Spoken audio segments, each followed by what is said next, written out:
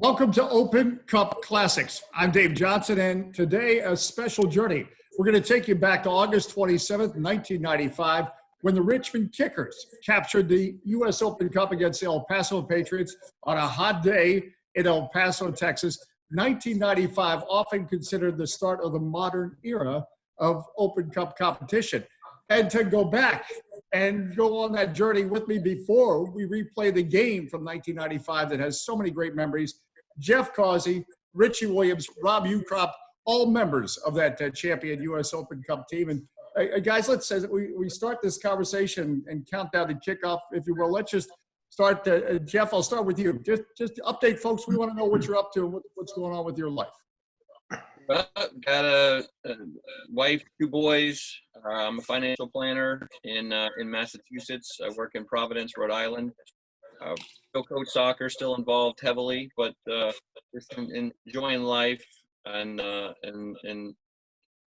trying to survive this coronavirus right now. And you're staying safe, right? Everything's good?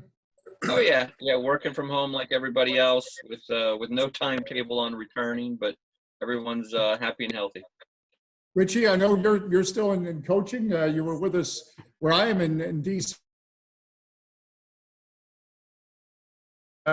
Bruce Arena and Virginia's impact in this whole story, but you're back with the New England Revolution. Yeah, like you said, Dave, I was down in Loudon for, I think, 5-6 months, half the season. And then when Bruce was able to get the head coaching job here at New England, he called me and asked me to come up to be his assistant coach. And, it was a really good opportunity. The Revs are starting to really invest in the team and a new training facility here and looking to get a stadium in the future and really trying to do some big things here in New England, and got up here last June and been up ever since. And, we had a good end of the season, and we're trying to get off to a good start to this season. And then obviously with the coronavirus, obviously a little bit of a delay here, but as everybody's doing, just need to be safe and get through this and hopefully we'll get started again. And Rob Ukrop, you're still very much, as I see that Richmond Kickers logo, part of the Richmond Kicker story, and we need to tell that story and celebrate the story. It's a club that started in 1993. My good friend John Kerr Sr. was a coach briefly with the Kickers. Update folks on what you were doing in Richmond. Yeah, so I'm here in Richmond. I'm back home. I grew up here. I'm part of the ownership group here with the Richmond Kickers. We're playing in USL League One. It'll be our second season once this thing kicks off here soon. A couple of my college teammates down at Davidson are also part of the investor group. But things are going well. We're just anxious to get back on the field. Just like Jeff and Richie, being stuck at home is always frustrating. But I've got a son and a daughter. My son is going to play at Mary Washington next year. He's a goalkeeper, like Jeff. And just thankful for a beautiful wife and two kids that keep me humble here in the house when I'm going stir crazy. Well, again, we're counting down to the 1995 Open Cup final, won by the Richmond Kickers over the El Paso Patriots. And just great stories about the Richmond Kickers. But I think it's important before we get to 1995, and Jeff and Richie, I'll get you to start on this conversation, that at that time in U.S. soccer, we looked to the University of Virginia. That really was the super team of the time, if you will. Bruce Arena was the head coach of the University of Virginia, helped raise the level of soccer in this country. Jeff, I'll start with you, but just Virginia, the University of Virginia's role in leading up to the Richmond Kickers and professional soccer as we know it today. Right. I think at that time you don't really realize the impact that Bruce had and that Virginia had on the landscape at the time. 10, 15, 25 years later, now you really see the impact that occurred with the number of players, with the style of play, with the facilities even. But back then it was a strong team, historically known. I grew up, not very close to Charlottesville, but knowing of it, going down every year, getting at least a game or two in. But then starting to see the success that we had in those early 90s, and then even the success afterwards. And then the number of players that didn't transition to MLS was huge.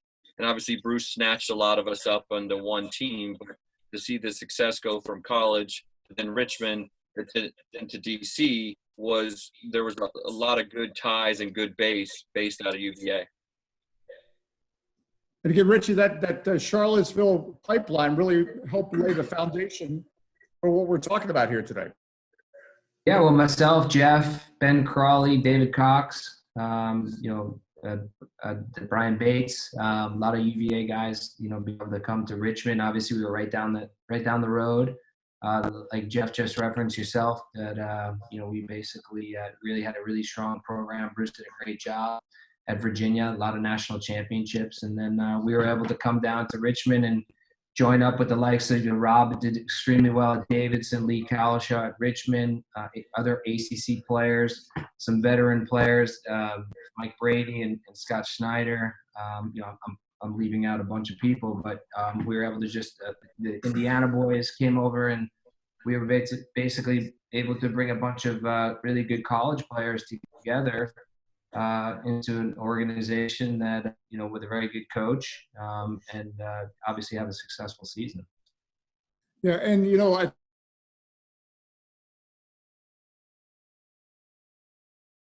if we think about crowds for the national team games, and the United States is truly a soccer nation, there needed to be stories like the University of Virginia, and then Rob, there needed to be stories like Davidson until that Final Four. All of a sudden, there were sellout crowds, and you couldn't get a ticket. Davidson was part of that Final Four. You were playing. It was really the start of a magical time in U.S. soccer. Just take us back there and how that weaves into this whole story. Those guys were talking about Bruce and just the talent pool that Bruce pushed through that's really had an incredible impact on U.S. soccer over the last several generations here. For us down at Davidson, we were just a small school with a big personality. The head coach, Charlie Slagle, who passed away last summer here in Richmond with us. But he just had this vision, and I think you see it with MLS and just the growth of the game. You had to have people with big personalities that weren't afraid to push their ideas out there. And I think Bruce did that in an incredible way, and then Charlie did as well. And we ended up hosting the first three down there at Davidson with sellout crowds, and we came into Richmond. Drew 25,000 here in Richmond. And I think that was really the catapult here for the Richmond Kickers to start playing at City Stadium, and just the energy that it brought. We're thankful here in Richmond that we're still here. We call ourselves the longest running consecutive professional franchise here. I know it came up watching a game the other day that we were technically an amateur team. Everybody on that team was paid in a different way. I remember Bobby Lennon's like, hey, we're going to pay you to go to schools. And I said, that sounds good. And they told Bryant Kammler, you're going to write press releases. So he's like, I can do that. So we circumvented the amateur guidelines, I think, which maybe people don't know that. But we had, I think certainly we proved it on the field in the Open Cup. But, the most competitive professional team, even though we're amateur, there was at the time. That's a big part of the story because, again, people need to understand Major League Soccer did not start until 1996. So technically, the Richmond Kickers at that time were, as you said, amateur Division III. The team you played in that final, the El Paso Patriots, actually the Division II at the time, or on a professional level. But you mentioned Bryant Kammler, who went on to win a cup with DC United. This team had some players. Todd Yeagley was playing on this team. We can go right down the list. Richie, what was your job? Did you have a job on the side to help out the club so you could be an amateur player? I have no idea. I can't remember at all what my job was. Maybe Rob would remember. I was just showing up and playing soccer, so getting my paycheck. So I can't remember, but I do obviously remember what Rob's speaking about, that we were supposedly amateurs, and like Rob said, it was probably one of the best amateur teams ever in the history of soccer. No, it was great times. It was good times, and we didn't care. We obviously weren't getting paid a lot of money. We just saw it as a great opportunity to play with a bunch of good players. And like I said, with our coach, Deniz Violet, great coach, and we knew that it's going to be an opportunity potentially down the road that if we did well with the Richmond Kickers, that we would have an opportunity in Major League Soccer, which, as we know from history, we had quite a bit of players drafted into Major League Soccer teams, and a bunch of guys having good Major League Soccer careers, and then others continuing to stay with the Richmond Kickers and having good careers. So many components of the story. You mentioned Deniz Violet, your head coach, played for Manchester United, coached the Washington Diplomats in the glory days of the NASL when Pele and the Cosmos were running around, and now he's part of the story as well. Jeff, first of all, did you have another job with the Kickers, and what do you remember as that team assembled in what would become a championship team?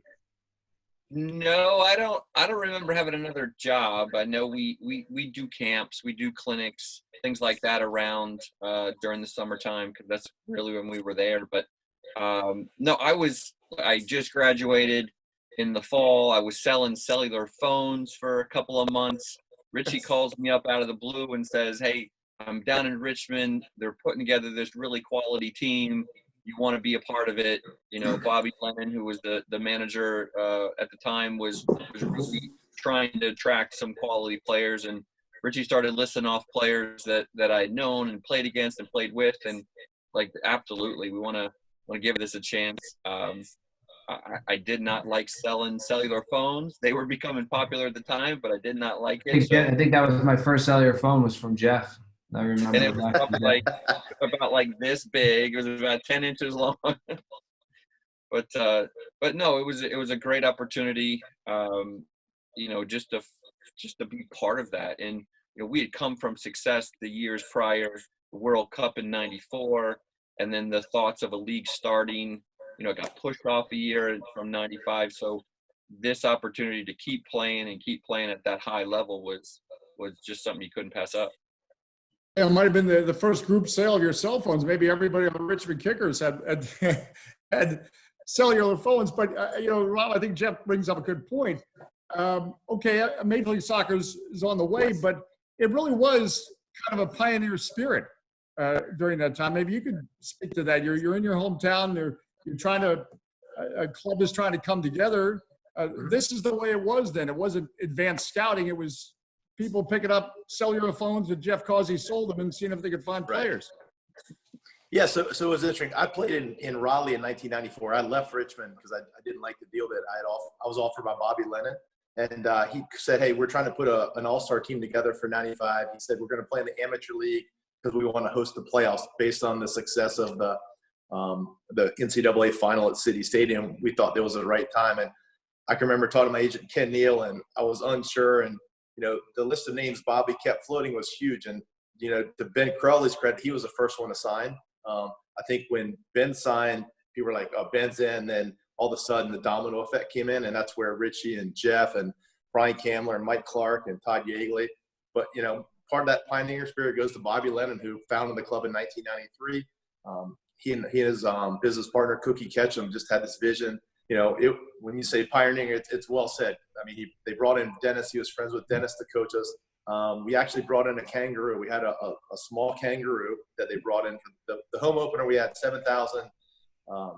We had this guy named John Small singing the national anthem, holding the kangaroo on a leash, and the kangaroo's trying to escape the whole time, and he's yanking it and jerking around. And, you know, of course, the PETA calls came the next day with, you know, this is not how you treat animals, but just the excitement of a kangaroo and just all these guys, especially the UVA guys. I mean, they were really critical.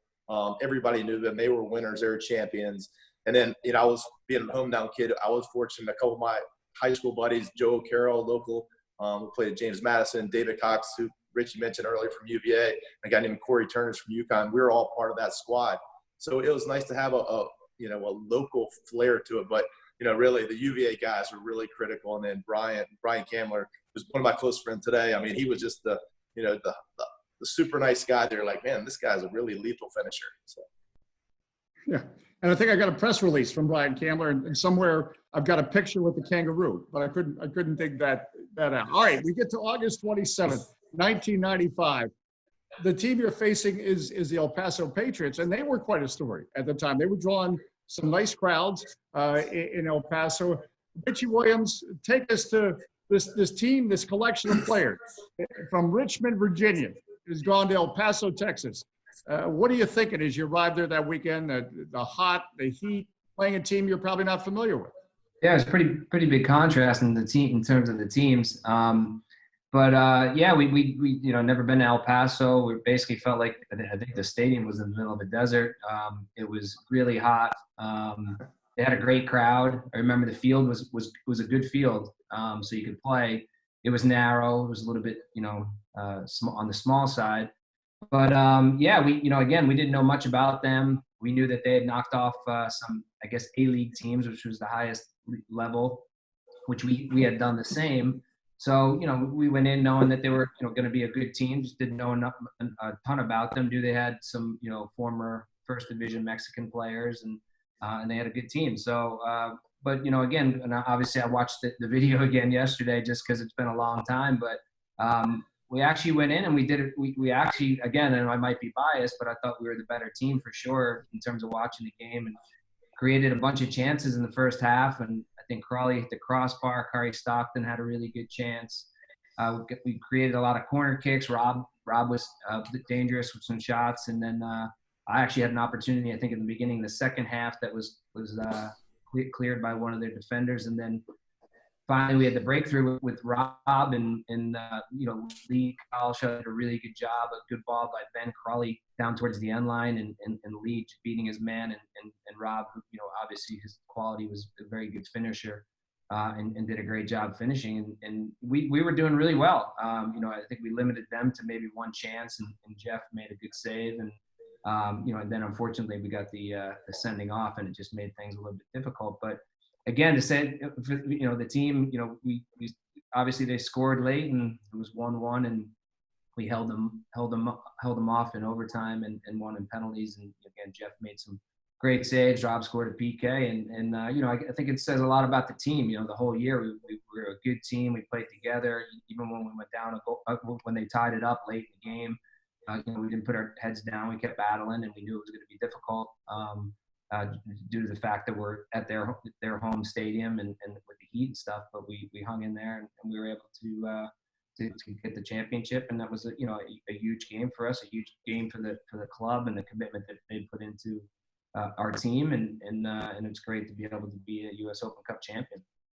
Well, again, the Richmond Kickers, such a wonderful story. You mentioned Lee Kalshaw had the assist, went on to coach the Kickers, and it was just such a fixture with the Kickers. As we count you down on Open Cup Classics, U.S. Open Cup Final 1995, the Richmond Kickers defeated the El Paso Patriots. It's often considered the start of the modern era in the Open Cup competition.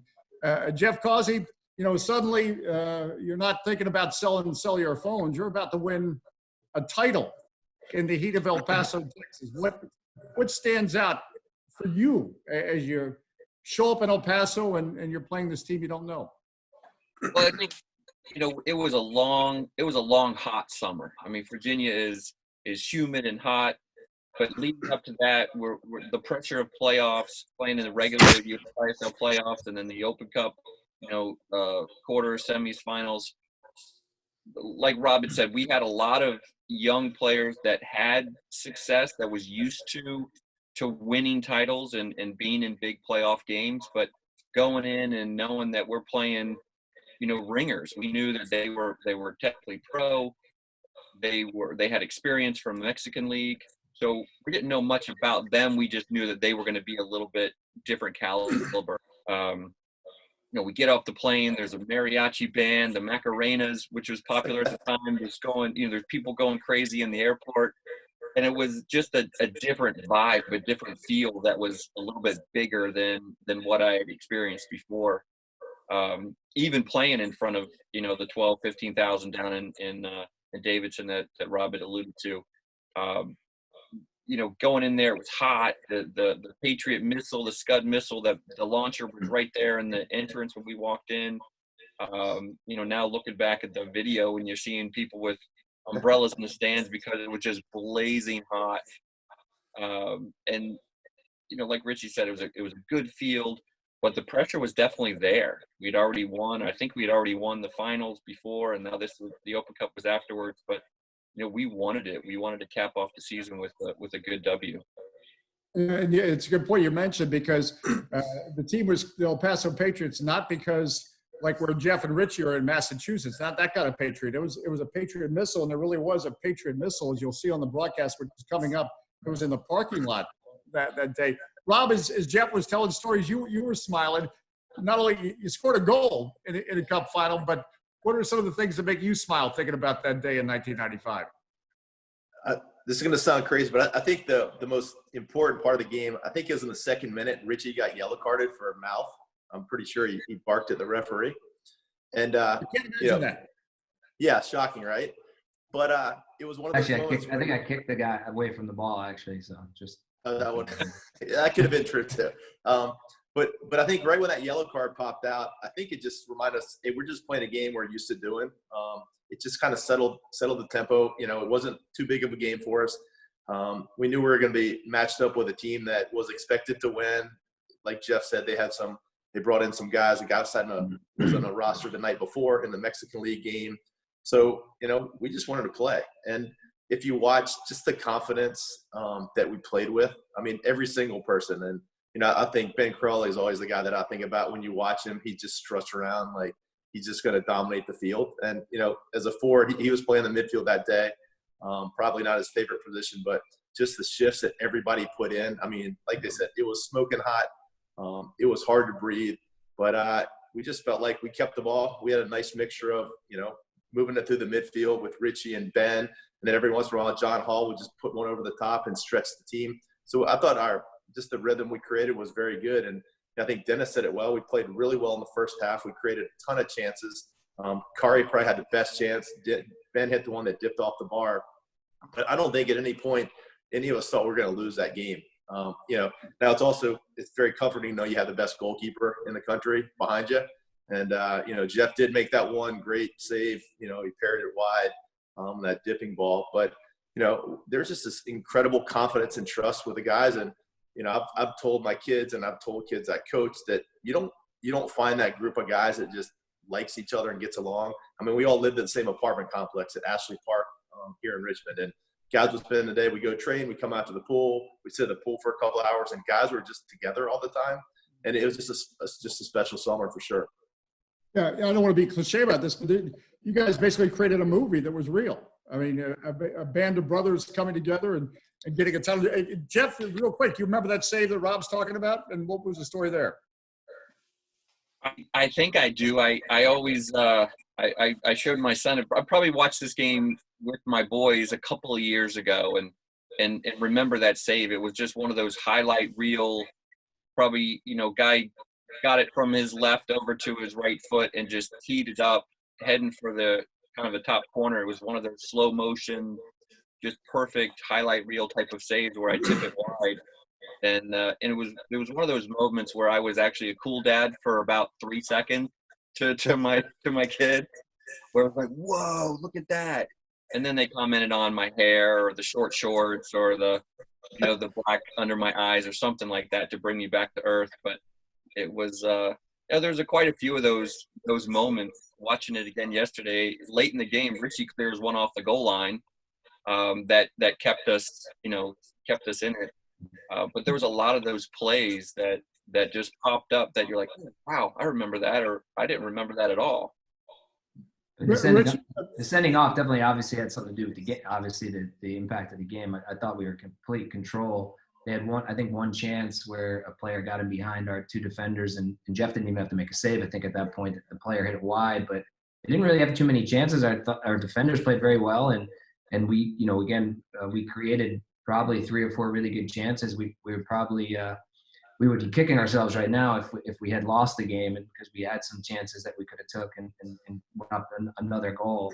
And then obviously the sending off, especially with the heat, and they put us under pressure, and Jeff made some good saves. We cleared a couple off the line, but we still, I even remember being down and man, we were still playing, and we still countered up into Rob and Cam and Ben and getting forward and Lee, and still created some opportunities. And you know, it was unfortunate their goal too. It was obviously deflection off of Clarkey, and it was unfortunate. But you know, again, our heads didn't go down, and we kept with it, and through the overtime and went to penalties. I do remember I literally could not move anymore, and I think as it went on, I went from, I guess I was playing centrally with Brian Bates behind me and Ben Crawley in front. I then went in front of Ben, and Ben came back. Then I got up front, and I was in front of Rob. And at one point at the end of the game, I was the number 9 just because I couldn't literally move anymore.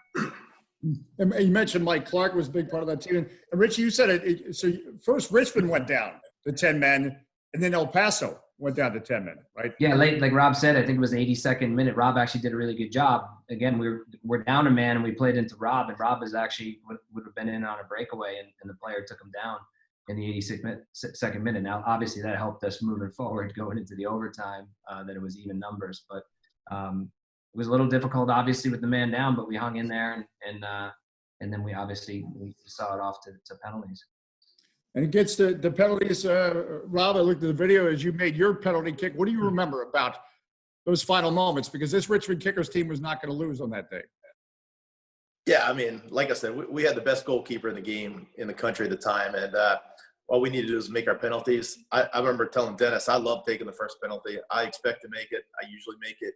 I felt like get us off to a good start, and then the guys that followed up were great. Brian Bates was smooth, and obviously Ben Crawley he's got ice in his veins, and then Jeff made a couple saves. It was great. I mean, at no point that day did we expect to lose or feel like we were threatened by El Paso. Just felt like at some point, the best team was going to come out on top, and certainly, thankfully, it was us, and that was the confidence that we had. Jeff, you got to be a goalkeeper in penalties, and it's 150 degrees out. What was going through your mind at that point? In those moments, it's basically just see what I can read. Again, I didn't know anything about anybody on that team, so knowing that more Mexican players might be a little craftier, so almost had to go against my instincts. Knowing Rob hits the first one, that gives me a little bit of a breather, but I always know or felt at the time that I was going to make at least one. That's all Bruce ever told me. He goes, make one in the penalties, we'll always win, right? Being able to make 2 and take some pressure off, especially with John missing there late, was big. But back then there were different rules, right? Not being able to cheat off the line a little bit more. By the way, that would never fly in this day and age. How far you were off your line saving those penalties was amazing. Now, you did an unbelievable job to do it, but it's literally 5-6 yards off the line saving the penalties. 5 or 6 yards, come on. You did a great job. I mean, you did it within the rules. Nobody was going to call it, so it was smart. Exactly. We made great saves. We got the trophy. It's in the books, but no, like you said, we don't care. I remember during the game, there's different rules for goalkeepers back then, right? Every time I got the ball, my kids are like, "Why aren't you moving? Why aren't you walking forward to the top of the box?" But there was the 6-second rule. There was only had 4 or 5 steps, so every time you make a save, you're kind of planted where you are. But I kind of forgot about that. Rewatching this thing of the different rules of a few different rules of the games that I remember experimenting. Right, we had the shootout, the old shootout during the season where the league was experimenting with different things. Luckily, we didn't go into a shootout like that. We went into regular PKs, and obviously we did well to bring the title home. All right, and bring the title home 4-2 on penalty kicks. We're about to get the kickoff. Richie, all right, you've won it. Do you remember that? What do you remember about the celebration from this group that was so close, living in an apartment complex all together, and now you're on a field in El Paso raising a trophy?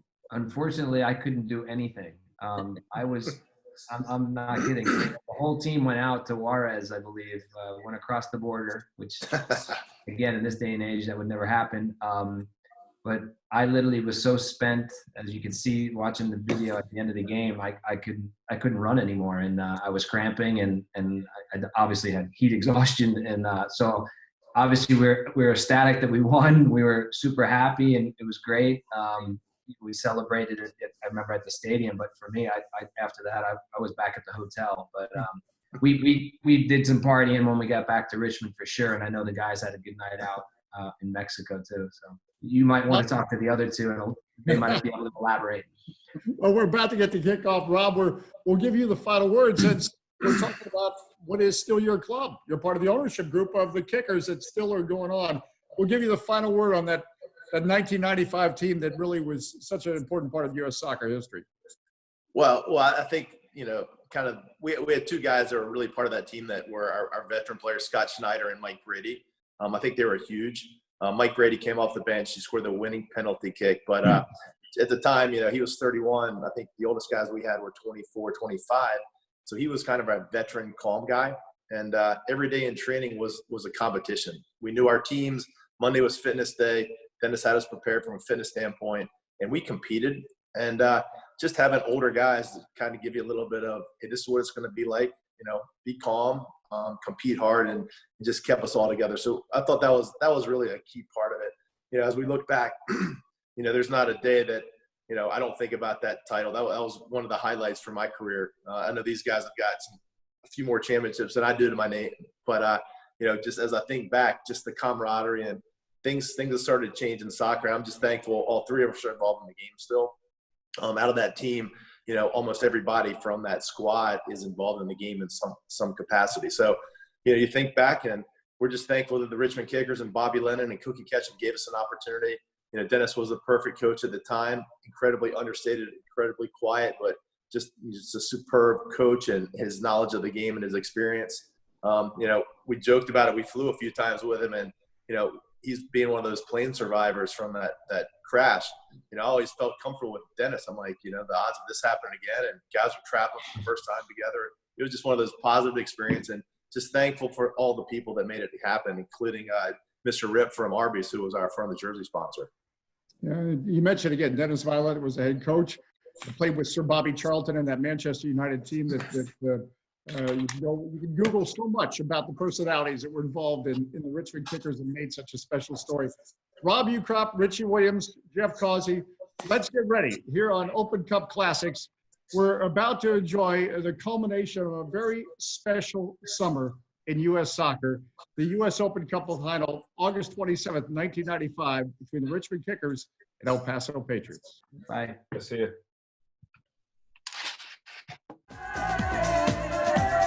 You get a look at El Paso, Texas, a late arriving crowd here at Socorro Stadium, as we are just minutes away from the opening kickoff of today's U.S. Open Cup final. It's the Richmond Kickers and the El Paso Patriots. And we should tell you that the El Paso Patriots have brought all of their armament, all of their firepower with them. There you get a look at a Patriot missile battery. For those of you wondering, the Patriots named not after folks from the Boston Tea Party, but that very missile battery. Well, Ty Keogh, let's take a look at the starting lineup. We begin in goal with the El Paso Patriots. Arambide, a very classy goalkeeper coming off his line, especially Cervantes, the number 3, the most experienced player in their back line. And the goal-scoring punch coming out of the midfield, number 10, Salvador Marcado, and especially Rito Delgado, who was the second leading scorer in the U.S. ISL professional division. And let's take a look at the Richmond Kickers all the way from Richmond, Virginia. And Virginia is definitely the way to look at it. This is Arambide, the goalkeeper for the El Paso Patriots. We talk about the Richmond Kickers. 10 of these players former NCAA All-Americans, many of them having played for the University of Virginia. We have a look at their lineup. O'Carroll in goal. Clark will be marking Rito Delgado. That's a really important matchup. And another key being Ben Crawley, very devastating out of midfield, getting forward to score goals. And Kammler and Ukrop, a very potent scoring duo up top. And we're just about set to go. The Patriots moving from left to right, and they'll be kicking the ball off, and here we go. Two different styles of play out there. Now Haver. Nice play by Ben Crawley to knock that ball out of play, and we'll get a throw-in coming up to the Richmond Kickers. A very narrow field here, only 64 yards wide. This is more dangerous than a corner kick, the big throw. Kammler with the throw-in, headed away. And here comes the counter-attacking El Paso Patriots. Their buildup is very, very quick.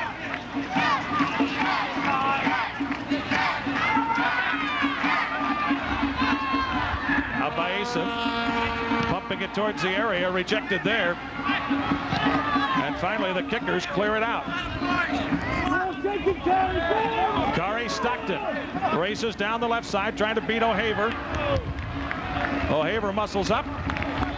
And the ball will go back to the El Paso Patriots. A nearly ideal playing surface, but smaller dimensions than would be ideal. Field 64 yards wide, only 112 long, causing perhaps both of these teams to adapt their styles. We talked about the short passing, more Latin style of the El Paso Patriots. On this field, they may have to play the ball forward earlier in that there's not enough width to really spread the ball around in a short passing style. Here's Ukrop crossing in front. Nobody home, and we will get a throw-in coming up to the El Paso Patriots. Is there an advantage to one team or the other with the narrower field? Not really. I believe it's both teams having to adjust. I spoke to the coaches beforehand. Both of them said they have played on quite a few fields of similar dimensions during the year, so they don't see it as a problem or a benefit to one team over the other. But it does make for less space. One thing compensating for it, though, it is a plush surface and will hold the ball somewhat. Ryan O'Haver knocks it in. Here's Rito Delgado. Delgado, that play broken up beautifully.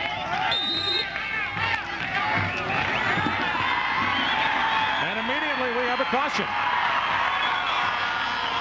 Card to Richie Williams. We saw him taking the coin toss. The captain for the Richmond Kickers. He goes in the book in the very early going.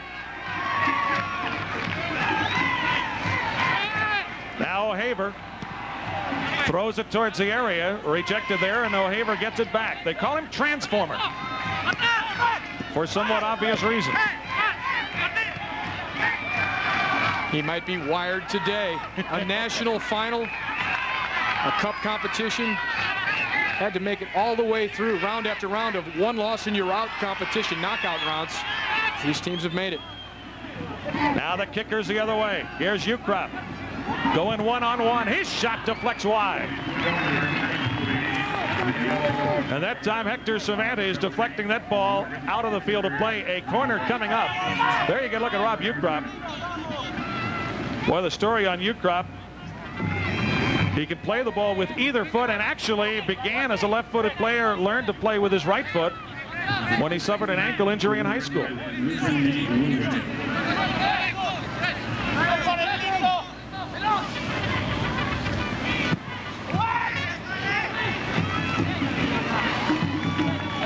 And we'll do it again. Another corner kick coming up to the Richmond Kickers. Richmond Kickers playing all of their qualifying games in this U.S. Open Cup tournament at home. El Paso in white, Richmond in red. And again, a corner kick coming up to the Kickers. They bend it in front, headed wide and out of the field of play. A goal kick coming up to the El Paso Patriots. A couple very stark contrasts between these two teams. A very Latin flavor, as we've mentioned. Hispanic flavor to the El Paso Patriots. They've got 4 or 5 players who've previously had professional experience in the pro leagues in Mexico. For the Richmond Kickers, overwhelmingly players who went through the college system of soccer here in the United States. But another big contrast is the Richmond Kickers, technically an amateur squad. They play in the USISL Premier Division, which is an amateur division, whereas the El Paso Patriots play in the Pro League, the USISL Pro Division. So one team is a professional team, the other one technically is an amateur team. Bryant Kammler goes flying out of bounds, and a throw-in coming up. Now they're going to rule a foul. And Bryant Kammler will play it in. Looks towards the box. Headed in front right there.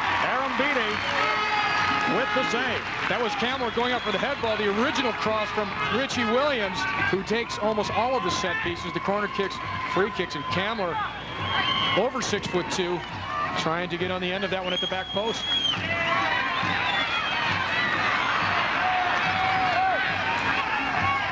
El Paso now will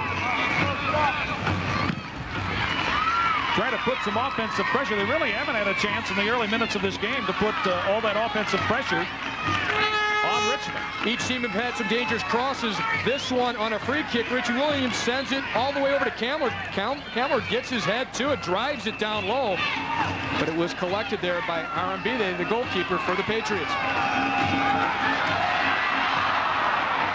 Tough tackling there And the ball finally out of bounds.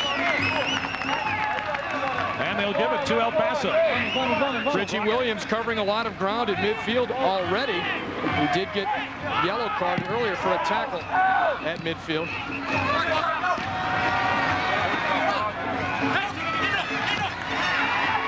Ball played back. Amperon clears it ahead. They look towards the box. Ooh!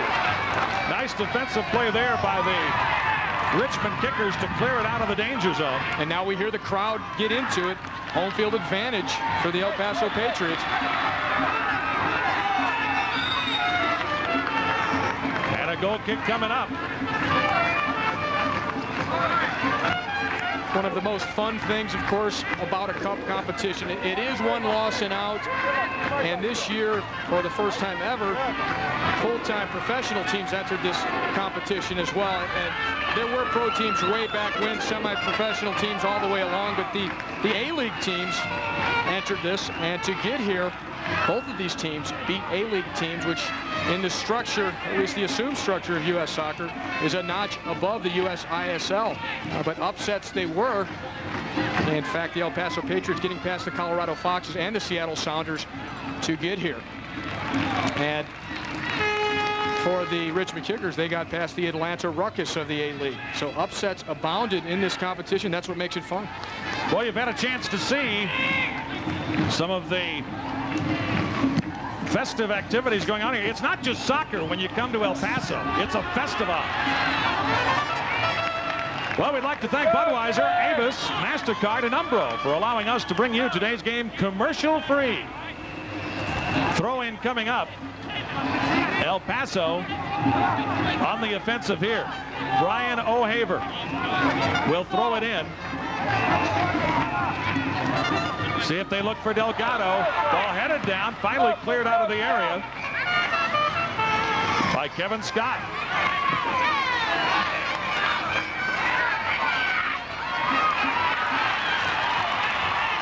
Tough tackle there. That was Bryant Kammler trying to break through at midfield. It's something he excels at, running at defenders in the midfield. Boy, look at that. Delgado had 2 defenders around him. And I think he's going to see a lot of that here this afternoon. As we mentioned, Mike Clark getting the assignment, the number 3 for Richmond, of marking Rito Delgado, who is the second leading scorer in the U.S. ISL professional division. Jeff Causey, great distributor of the ball. In fact, he set up a number of goals already this season for the Richmond Kickers. And a throw-in coming up to El Paso.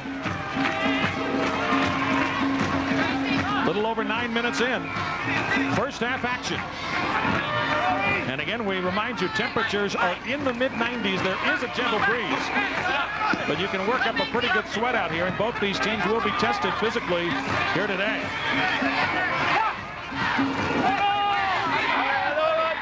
Throwing the ball into open space, Haver goes to chase. Oh, Haver rather. And he'll throw it in for El Paso.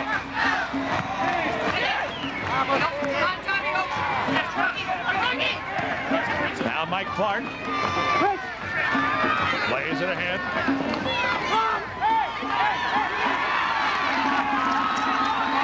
Arturo Angeles says play on, and they do. And we get a foul here. And the foul against, well, in fact, Ben Crawley thought it was on him.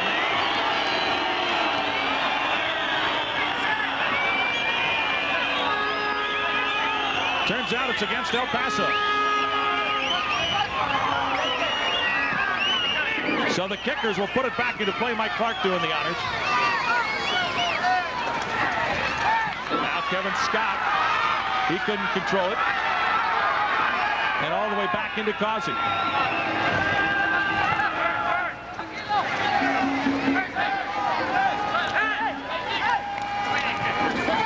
Many people thought A-League teams would be playing here today. Instead, it is 2 U-Sizzle teams. What many consider kind of an upset. Now Clark sends it ahead.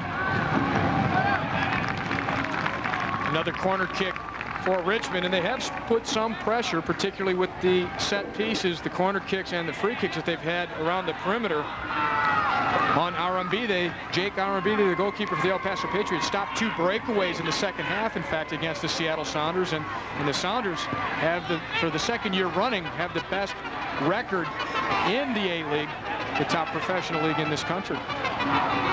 Ball will be played in, out in front, headed out of the danger zone, and again, Richmond gets an opportunity on a corner but cannot capitalize. Now Marcado. Actually, I might have to add top professional outdoor league in this country, because there are a couple of indoor leagues that would vie for that title. There's some good professional players competing in those. The CISL and the NPSL.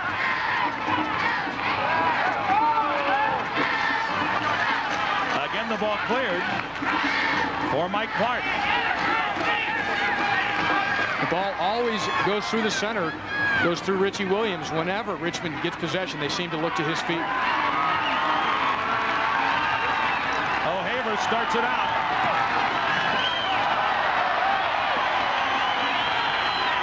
Kevin Scott, a nice tackle there.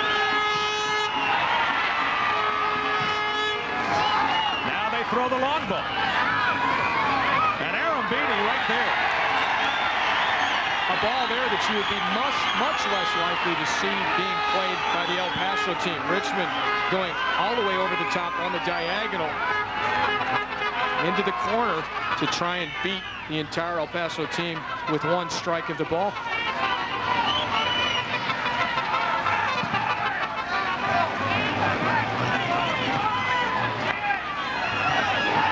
Towards the area. Right there, though, Jeff Causey.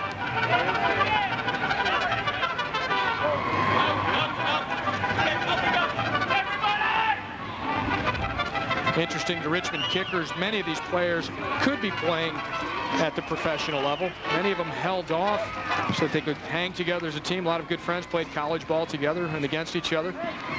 And more importantly, they'll be available and free agents potentially to sign for Major League Soccer, and that is definitely in their minds today as well. This is a showcase, a national final. We look at Rob Ukrop, these players hoping to be able to catch on with the top level of professional outdoor soccer in this country, which will start next spring, Major League Soccer. They play it up the right side. Brian O'Haver. He's normally a stay-at-home defender, but will come forward from time to time. Number 2 for Richmond, Kevin Scott, has been very dominant in defense down this left side. He's won every race to the ball. In fact, he's tried to get into the attack a few times. He has a long stride and some very quick feet in the tackle. Now Cowlishaw loops the ball down the sideline. Now Kevin Scott. Long pass. Never fails. Too far. You talk about how good a player is, and the next one he boots out of bounds. Let's go down to our sideline reporter, David Bolton. David? Kevin, definitely the Marathon Travel Award to get to this game goes to Salvador Marcado of the El Paso Patriots. On loan to Celaya of the Mexican First Division. Last night he was in Mexico. On the bench as Celaya took on Los Tecos from the University of Guadalajara. We met up this morning at the Mexico City airport. He took a 7 a.m. flight to get here, but having just talked with El Paso coach Oscar Lira a few moments ago, he had no choice but to play him. 4 or 5 of his starters injured today, so Salvador Marcado out there on the field representing El Paso. Is he going to share that honor with you, David? Who knows, but anyways, I can tell you right now, he must be feeling a little bit fatigued. Throwing coming up to the Richmond Kickers. Watch Mercado anyway. He may be slightly fatigued. He's number 10 for El Paso in white. Towards the area, ball loose out in front. Ukrop can't get a foot on it. And El Paso will counter the other way.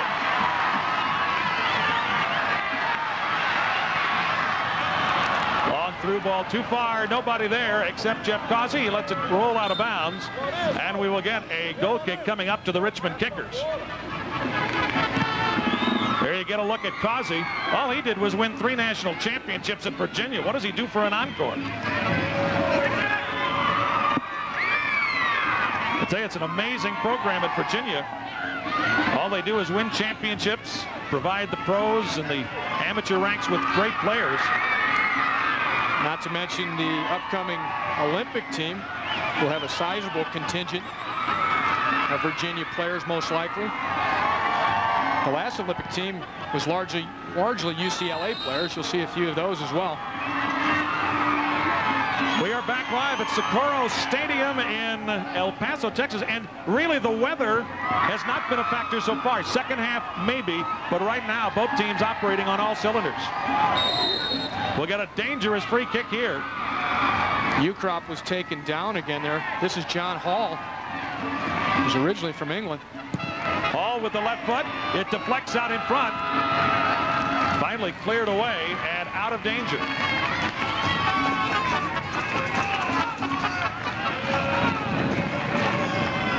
Deniz Violet, you know the story on him.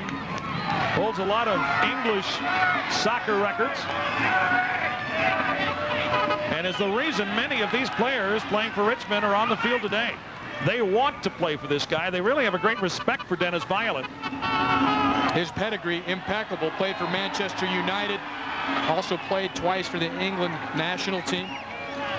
Was involved in the North American Soccer League. In fact, he was one of the survivors of the great air crash of the Manchester United team. So a legendary figure, Deniz Violet.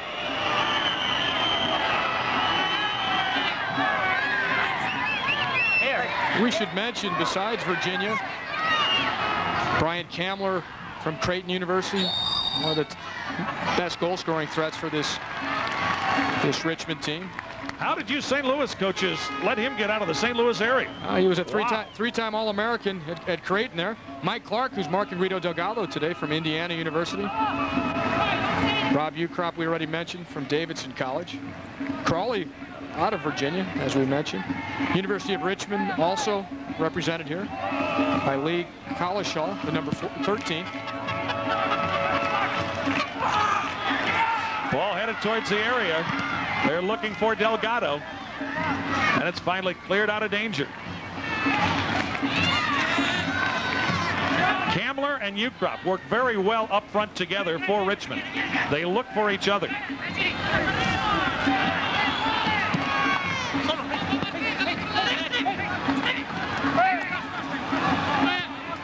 Marcado. And a foul. 4 players for the El Paso Patriots. We've already mentioned a couple of them have had professional league experience in Mexico. So they are seasoned professionals and have shown it in the play of their team.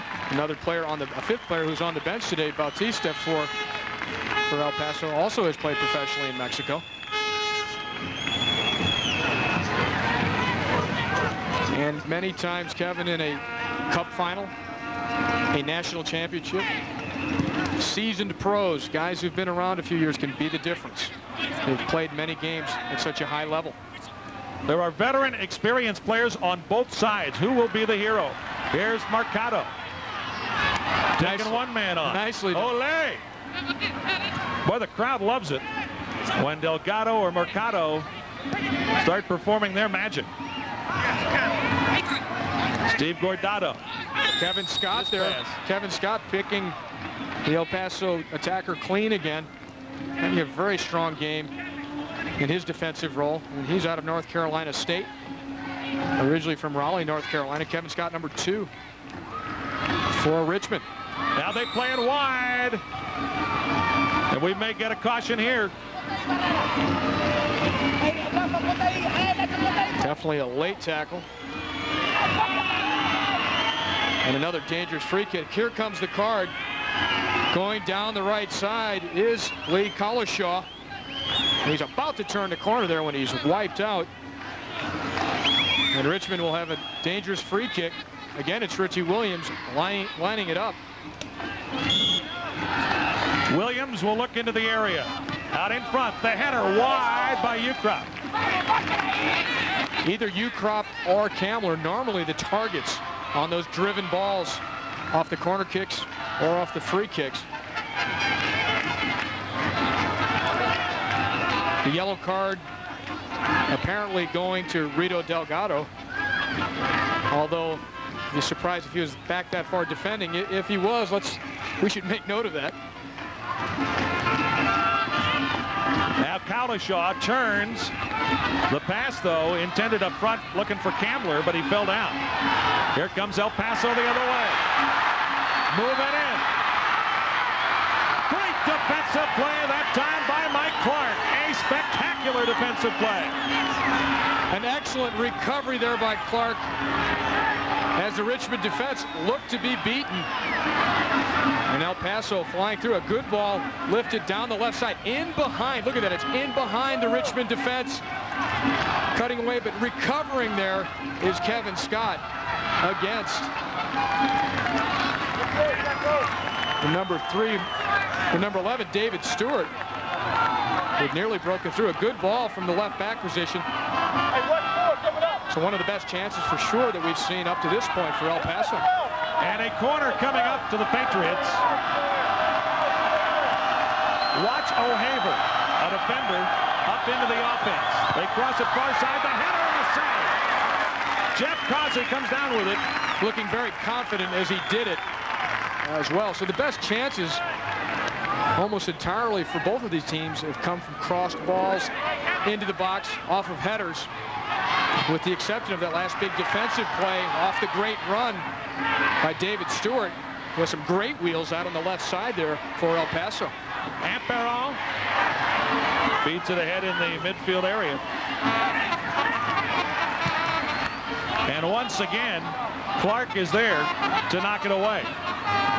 Now O'Haver up to Marcado. There's that cross all the way to the back post. It's headed on goal. Causey having to go up over his own player to bring it down. Look out, danger here. Causey comes down with it. Causey just totally dominant with those high balls in his box, having no problem securing them, and as I mentioned before, looking very confident in doing so. Now Kalashaw feeds it up the right side.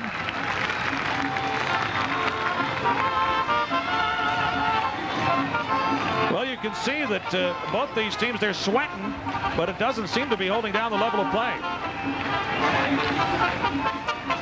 Richmond having come off just winning the championship of the amateur league within the USISL called the Premier League. So they should have confidence in their favor and their ability to win big games. Last year's winner of this U.S. Open Cup competition, the Greek-American Athletic Club of San Francisco, were not able to repeat. So difficult to repeat when you're talking about a one-loss and out, a knockout round system. And you know, Ty, what I love about this system is that it is pro, it is amateur, and it is even the club team. In fact, your club team entered the tournament but didn't make it. It's really designed for upsets. My team is an over 30 team, and we got past 2 rounds. Left-footed drive by Kammler, deflected out of bounds. A corner coming up, another dangerous opportunity for the Richmond Kickers. Oscar Lira, legendary Brazilian-born coach. Oscar Lira played for Botafogo in the Brazilian Professional League. Had as a teammate at one time a couple great players that played for Brazil's international squads, including the great Dirceu, the free kick artist of the '78 World Cup team for Brazil. Williams knocks it in. Kalashaw can't get ahead on it. It's cleared out of the danger zone and out of the field of play. And we'll get a throw in here to Richmond. Oscar Lira very excited now because Botafogo had just signed Bebeto, the great World Cup star from '94 of the Brazilian national team. So he still follows his old club. 4 corner kicks already for Richmond, only 1 for El Paso. O'Haver heads it to the 18-yard line, and finally it's cleared out of the zone. John Hall racing back to get it, but right there is Causey. And he plays it out of bounds. Do you want it? Was that a missed kick, or is a goalkeeper just trying to get the pressure off? When in doubt, get it out. Take no chances in front of your own goal. Very critical, crucial in a national final, a cup game, that you not give up the first goal, particularly on a concentration breakdown, a mental breakdown. Causey just showing his experience and knowing the stakes involved in a game like this. Do you want your goalkeeper out 25, 26 yards out? If he needs to be to cut off an attack, he could be very useful there and actually limit the number of saves and goals that he will end up having to confront. But no question, there's no dishonor in getting the ball out and blasting it away. You get a look at Jeff Causey, and he's still outside the 18-yard mark. O'Haver will throw it in for the El Paso Patriots. Williams knocks it ahead. Al gets it back. Richie Williams yesterday during practice was elbowed in the face and sustained a cut on his eyebrow. Now a long chip far side. Mike Clark is there. What is Clark going to do with it? He just throws it up the sideline. And really, Richie Williams yesterday looked like a fighter. If it had been a heavyweight fight, they would have stopped it. Here's a header and a save. Easy save for Causey. Another stop for Jeff Causey. And the El Paso Patriots smarting just a bit. In fact, perhaps more highly motivated today. Last week, they lost in the U.S. ISL Pro League playoffs to the New Mexico Chiles. They were upset in that competition. So this is one way they could salvage a great season so far, getting the U.S. Cup Championship under their belts. Corey Stockton with a cross. Rejected there. Out of bounds. David Stewart was there looking for the loose ball. A good switch at the point of attack by El Paso. Getting up well, but not getting enough power to it. Causey gathering it in very nicely, very easily. John Hall plays it wide. Dangerous ball there. And again, right there is Mike Clark. Mike Clark, again, showing good recovery speed, as for a second there, it looked as if Richmond would give up possession in their own third. Now Ben Crawley drops it back to Cowlishaw, and here comes Richmond with Richie Williams at the controls. Williams plays it wide. Long cross, but apparently out of bounds. Ball just inching out of bounds. And a throw-in coming up to the El Paso Patriots. El Paso switching their attack around as the game goes along. Right now, they're number 11. Their speed man, David Stewart, has moved out to the right side. Remember, he had a great chance down the left side about 10, 12 minutes ago. We also see coming back into the midfield periodically the big goal scorer, Rito Delgado, trying to get himself involved in the attack by dropping deeper into midfield. And they even, that last header was Gambino Amparan, their number 4. He's a central defender, but they do bring him up when they can because he's very strong in the air. Seems like when the ball is in the Richmond half of the field, Delgado usually has some company. And the guy's usually wearing a red shirt. Now Stockton couldn't control. O'Haver clears it away. Look out. Here comes Kevin Scott racing down the sideline. Kicked out of bounds. That was number 4, Gabino Amparan. Came over to make that defensive play. He's a central defender, but he came over to cover. And throw will be for the El Paso Patriots. Now you got to look at Kevin Scott, the dreadlocks, Kobe Jones style. Who knows? Contesting the call, as Kobe often does as well. Now Richie Williams, he comes all the way back to get it, and he'll start it up. Feeds to Corey Stockton. Stockton throwing it into open space. I think he was looking for Ben Crawley, but Crawley wasn't there. He was moving the other way. Now Cowlishaw contests. And El Paso on the run. Here's Cowlishaw. Cowlishaw feeds it ahead, finds Ukrop. Now they look out in front. Offside, though. They were looking there. For Bryant Kammler, let's go down to Dave, who's standing by on the sidelines. And I tell you, both teams look fresh, especially the Richmond Kickers. That's so very true, Kevin. In fact, a lot of people thought the heat would be a factor here in El Paso, Texas, but it has not been a factor. In fact, this breeze that we're feeling today has cooled down things. Talking with the Richmond Kickers before the game, they said they're glad to be here. They're used to playing in Virginia, not only with temperatures like it is here in the mid-90s, but also with humidity. There's no humidity here whatsoever. If you've been following the weather back east, you know that they've been having upper 90s and humidities in the mid to upper 70s, and that is sticky. But don't tell the A-League Seattle Sounders about the weather. When they were here, it was 103, and they felt that that was a factor in their upset loss to this El Paso team.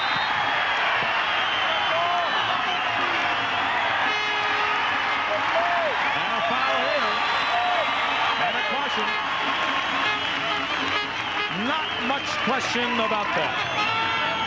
A breakthrough from midfield, and this is Salvador Marcado, and he's taken down directly from behind midfield, and I believe that was Ukrop who picked up the yellow card.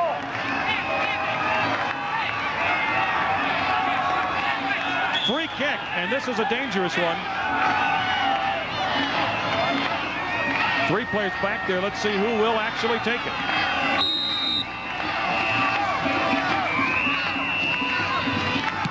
Long drive, high.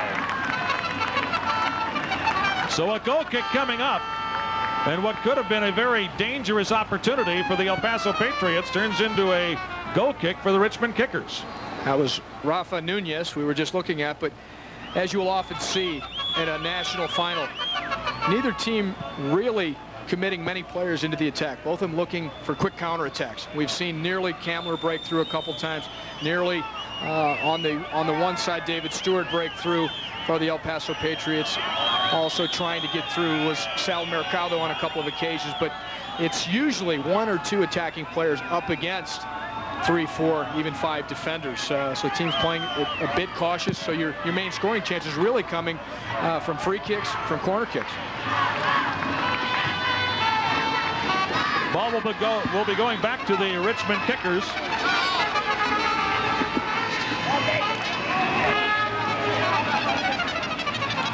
I asked Kevin Scott. I asked the Richmond coach, Deniz Violet, if he was going to treat Rito Delgado with any special attention, double team him, anything like that. He says, no, you can't change your style of play just for one team or one player. He says, we're going to play our game. He did say Mike Clark would pay special attention to Rito Delgado. And pretty much the same thing. I spoke to Oscar Lira, the El Paso coach, before the game, and he was very impressed seeing an earlier game this season of the Richmond team. Very impressed with Bryant Kammler. He said he respected him a great deal, but he was not going to change the way his team played. That was Kammler there again, who's tried to beat players at midfield, but has always been met by a crowd of El Paso defenders. Still no score. We are in the first half. This the U.S. Open Cup final, live from El Paso, Texas. Now they play it wide to Kari Stockton. Stockton working on O'Haver. Haver, takedown. They're going to give a corner kick. It's actually really the same result there, whether it was a free kick or not. Brian O'Haver, a native of Baltimore, Maryland. He made that tackle.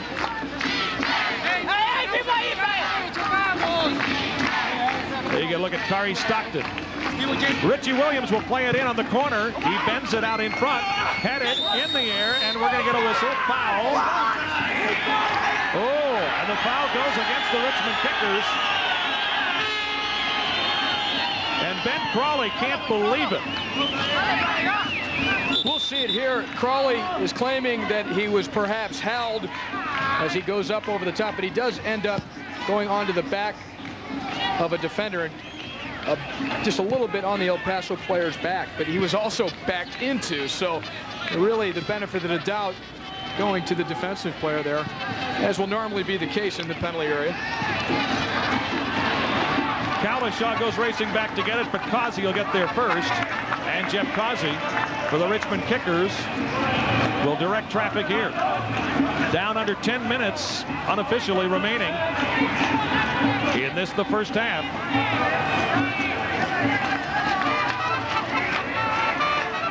Brian Bates with it. Now back it comes to Scott.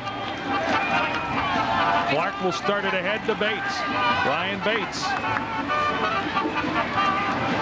gets it back. Now plays it to Kalashaw on the right side. Kalashaw towards the area. Ball is loose side of the box, and it's finally out of bounds. And a dangerous scoring chance there for the Richmond Kickers as Bryant Kammler had one man to beat and just couldn't get around him. Ben Crawley, a fiery attacking midfielder, nearly made it happen there for the Richmond Kickers with a left-footed wicked dipper. And a foul. Arturo Angeles trying to keep control of these two teams. A look here at the last chance by the El Paso Patriots, and loose at the top of the box, but not getting over the ball, putting it well into the stands. Richmond with an opportunity. Is this almost the identical position for Crawley last time? Instead, it's John Hall. His drive just wide of the goal. That was more dangerous than it appeared, because I do not believe that Jake Arambide saw it until it was by him. A screaming, low line drive shot. Watch it. He crushes this, and it's starting to bend. Look at no spin, slight backspin on it. He's reacting to it as it's past him, Arambide. So unlucky there with a huge shot. The Richmond Kickers. So 2 great chances for the Kickers just in the last 2 minutes. And 3 great chances overall. So both teams kind of opening it up offensively here in the latter stages of the first half. Be advised that at halftime you will see highlights, including highlights from portion of play when our video was out. And there you have it. The end of the first half of play, no score. The Richmond Kickers and the El Paso Patriots scoreless at the end of one half of play. And an amazing first half it has been. Richmond with the decided offensive advantage. As they were able to capitalize on some of their set pieces. This an in-swinging corner kick. A battle going for it, and now a scramble near the top of the box. It's headed back in. And watch this. This ball gets loose very close to the El Paso goal. One stab at it is blocked on the goal line. It comes out to Curry Stockton, and with his left foot, he's not able to put it on goal, and perhaps the clearest chance of the game. Here's the first chance by Amperon, the number 4, coming forward, as we mentioned, for the El Paso Patriots. Causey making the easy save, and what a phenomenal drive here by Causey. Watch it dip and come on down. It has the goalkeeper beaten, and it pings off the crossbar. We'll have another look at it so you'll get even a better look at how much this ball dipped off the left foot of Ben Crawley. Now it's spinning down, coming down, and off his line is Arambide. He had no chance for it, was saved by the crossbar. I'm looking forward to this second half. If the latter stages of the first half are any indication, we're going to see the teams open up a little bit more and send a few more players into attack than they did in the early going of the first half. And that quality chance by Ben Crawley, we had that fine replay even with the ping of the crossbar. And also Richmond had that tremendous thundering free kick by Lee Collishaw that went just wide. So things were opening up there, some good chances from either side, and now there's some cloud cover, so the players should have even more sharpness and energy. All right, here we go. Second half action underway. Lee Collishaw looking for Williams, couldn't find him. Finally, the El Paso Patriots make their move the other way.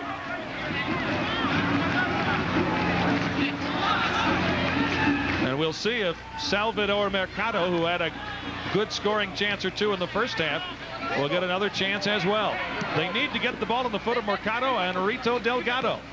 Those are the big guns offensively for El Paso.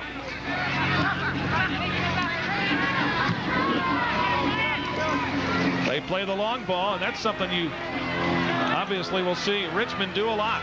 Now Collishaw towards the area, feeds in front. Ball loose out in front. Kammler, oh, he couldn't get a shot away. Great defensive play to break it up out in front of the El Paso goal.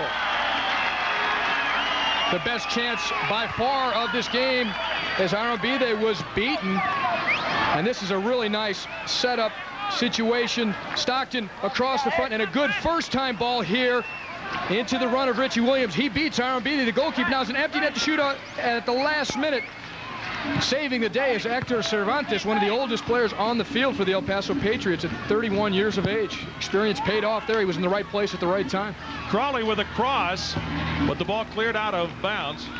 Here is another look at a dangerous chance for Richmond. A little bit of controversy whether this pass was offside, but no chance as Richie Williams ran in behind after the ball was played. He's slightly off balance here, can't find the handle, and Cervantes saves the day in the early going here of the second half for the El Paso Patriots.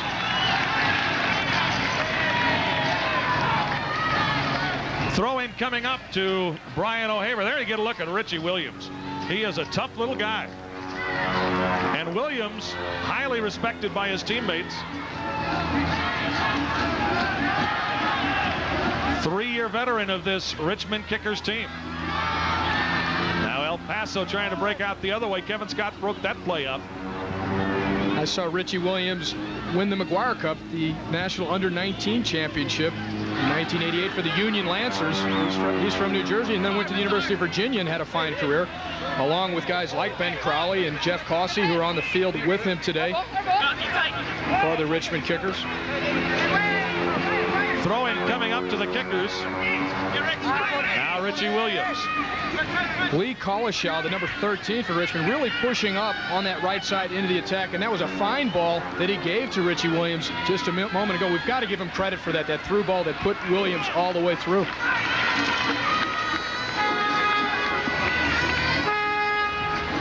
There you get a look at the young man out of the University of Virginia. All he did was win 2 national championships. These guys all have championship rings. A fine playmaking midfielder. His nickname's Napoleon, the little general at midfield.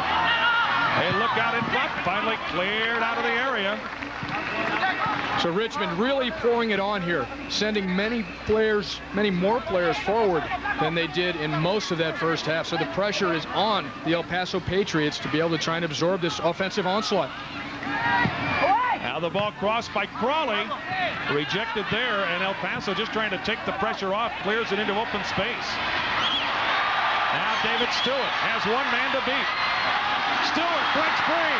Stewart the shot, he fired it wide! And he had Crosby out of his goal. Stewart has had a nearly breakthrough chance in each half, and this one was even better than the one he had in the first half.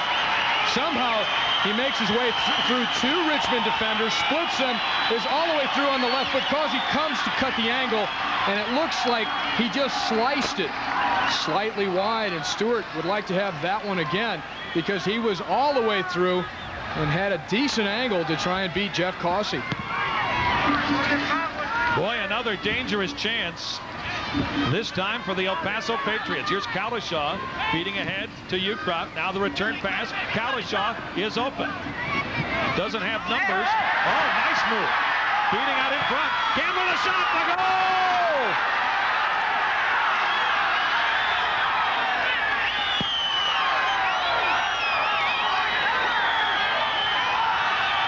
Out in front all alone. And the Richmond Kickers making a 1-0 game. An early ball over the top of the backs into the space, and Lee called. There's going to be controversy here. This ball looked like it may have been out. Watch this. He pulls it back in at the last second, and then is able to slot the ball out in front. It's hit on the second touch. Rob Ukrop, who slotted it away, but the controversy was whether that ball was over the end line. But Collishaw, he didn't come forward hardly the entire first half. In the second half, he's pushed up on the right side. He gets to the end. We'll see whether it went all the way out or all the way. I don't believe it went entirely out. The whole ball must go over the line. And Rob Ukrop made it look easy on his second touch, putting it low and away.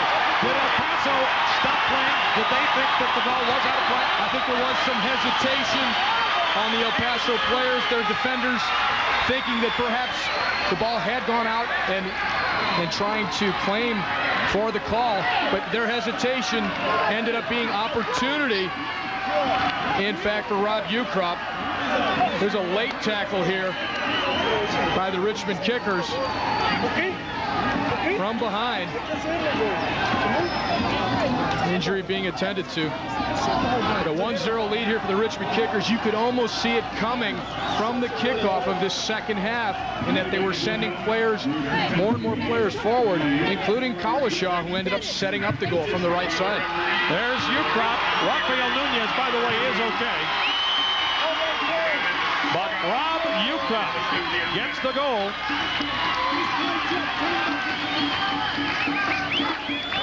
And the Richmond Kickers out in front by 1.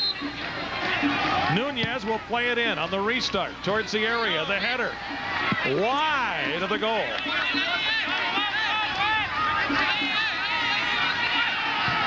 So Lee Collishaw sets up the goal to Ukrop.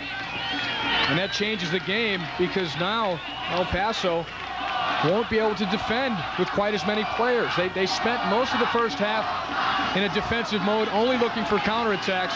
They're going to have to change that somewhat now that they're facing that 1-goal deficit. Tell you what, let's do. Let's take you down to the sideline. Dave Bolton standing by. Kevin, looking at this El Paso team in the second half, a lot flatter than they were in the first half. I just spoke with the coach, Oscar Lira. He says he doesn't know what the problem is. He said his team looks asleep.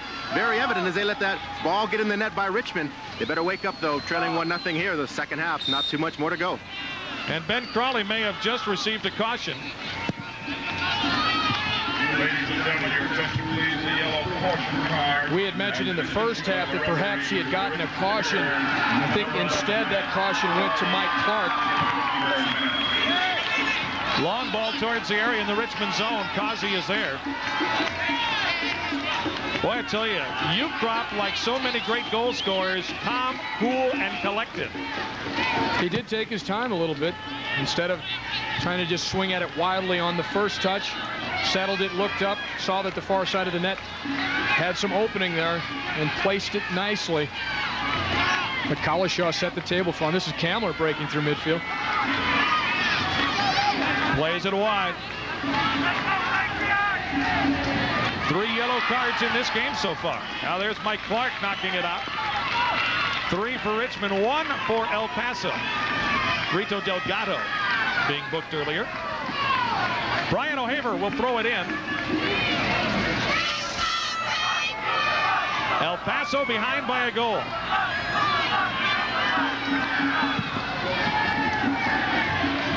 Long ball, too far.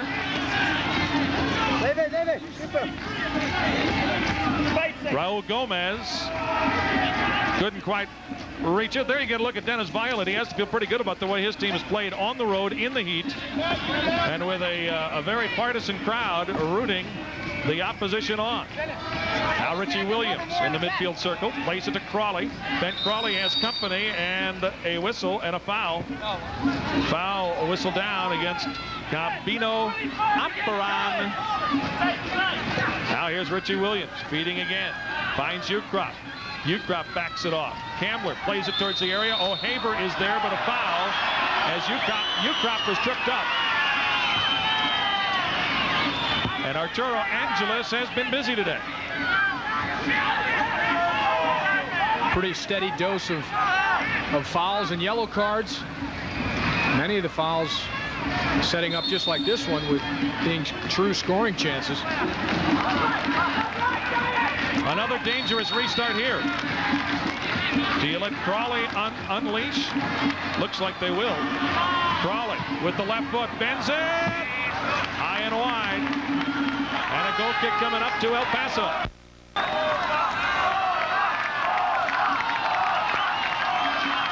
There's Crawley stepping up to it. Going for the bending ball, the dipping shot. Didn't bend or dip soon enough. Now Nunez plays it with a left foot. Cross field to O'Haver. They throw the ball into open space, but the Richmond Kickers are right there. This has been quite an outing for them. Dangerous move there. That time Brian Bates, another one of those Virginia Cavaliers, doing a good job. Now Richie Williams plays it back. Clark will play it up the left side.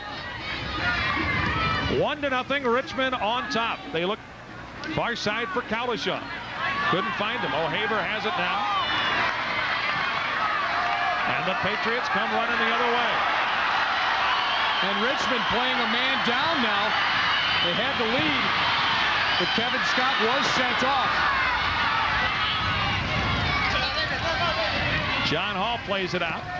Now Bates knocks it ahead of Richie Williams. That ball knocked down with a handball by Rafael Nunez. And a free kick coming up to the Richmond Kickers. So a real challenge here for the Richmond Kickers, and Richie Williams, their captain, they're a man down. They're in the driver's seat as far as the score. They'll have extra work to do and really an opportunity here for especially a short passing style team such as El Paso to really work the ball around with that, finding that extra man all over the field. Now El Paso the other way. They want the ball in the foot of Rito Delgado. They play it far side out in front. Ball loose in the area, cleared out. Held in though. There's Gomez. He clears it out in front, knocked down there. We saw Bryant Kammler all the way back there making the defensive play. Now that they're a man short, he can't play offensively. He needs to drop back and help. Clark pushes out the shot wide of the goal. Here's a look at Kevin Scott's red card. A loose ball here. All right, he's coming in with a two-legged tackle after the ball is gone, upending the El Paso player. So number 2, Kevin Scott, who had a very strong first 25-30 minutes of this game, now watching from the sideline, having been red carded for that tackle. Jeff Causey will play it in on the goal kick. Do you play differently a man short? Do you zone up in any areas of the field? Well, basically, you drop a player back. You'll see Kammler, rather than trying to play as a forward, coming back into midfield. Leaves you short as far as offense, but right now, Richmond doesn't really need offense. They have a lead. And another great play. That time by Richie Williams. And another caution coming out. Depending on, they got to be careful here. Salvador Marcado picks up the yellow. Has been issued by the referee to the Paso Patriots, number 10. And if I'm not mistaken, now Marcado and Delgado both have cautions. This is Marcado, Richie Williams bumping with him. Marcado had already fouled him somewhat, coming in late from behind and whacking on to Richie Williams' ankles was Sal Marcado, and he got a yellow for it because it was from behind.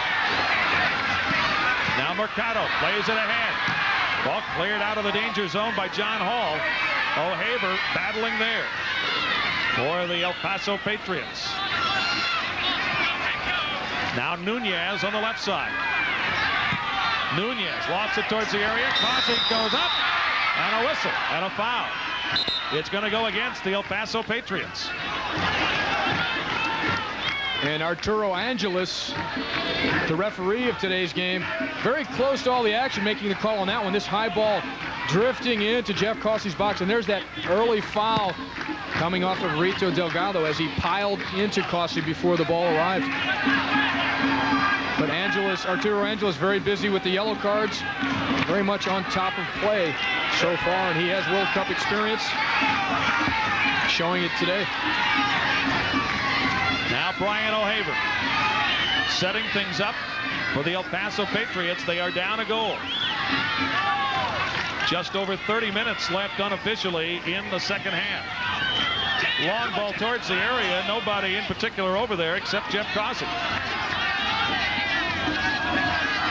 Looking that time for Raul Gomez. Causey's been very steady on the high balls in particular. He's taken command of the area out in front of his goal. Very steadying influence on this Richmond team, and he's going to be a big part of them being able to hold on to this 1-0 lead, even though they're a man down.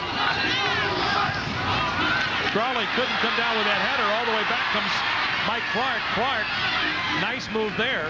That's been the matchup all day. Mike Clark, his job has been to mark the top scorer, Rito Delgado. Now Nunez tries to get a foot on the ball, can't. This is Collishaw, who had the assist on the goal. And he's all over the field. He's on the left side, he's on the right side, now he's in the middle of the field. He's been a definite spark to this team, in particular in the second half, pushing up mostly on the right side, but he's also done a great deal of work at midfield.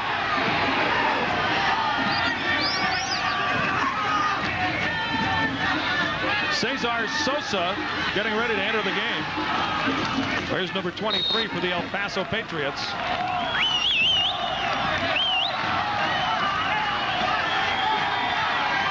He will replace Rafael Nunez. And here we go. So here comes Nunez off. Sosa checks in.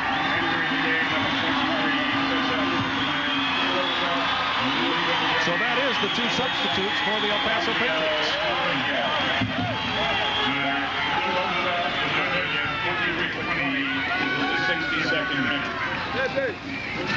Rafael Nunez built like a bull, and they need a goal. He can take up a lot of space in the opposing team's penalty area.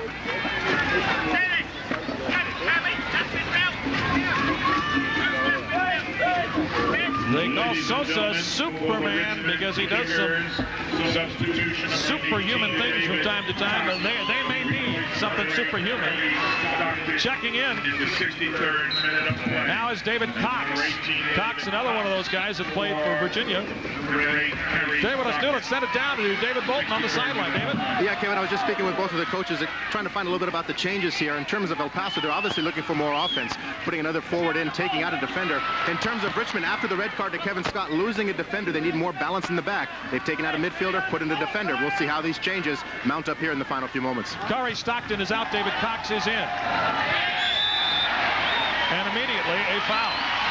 The changes make perfect tactical sense based on the score line and the amount of time remaining in this game. Under 27 minutes remaining unofficially. Dangerous restart here for the El Paso Patriots. Marcado over the ball. You'll also have Amperon with it, number 4. Mercado towards the area. Cannon on goal, and Paso is there. And a better chance there would have resulted had he headed the ball down across the face of the goal rather than at Cossey. There were players from El Paso waiting for that knockdown. And it's Delgado. I take it back. It's Mercado with the free kick here. And he bends it nicely to the back post. Into the space behind the Richmond Kickers defense. And here it's headed down towards Cossey rather than out in front to a couple of white shirts who were looking for it. Here's Richie Williams. Dangerous chance. Crossed in front. O'Haver is there. Chests it down. Look out. Trouble here. Crawley has it for Richmond. And the ball cleared out of play. A throw-in coming up. You know, we look at all of the Virginia Cavaliers who have played not once, not twice, some of them playing 3 times and winning a national championship in college. Playing in those big games, does it help a team like Richmond?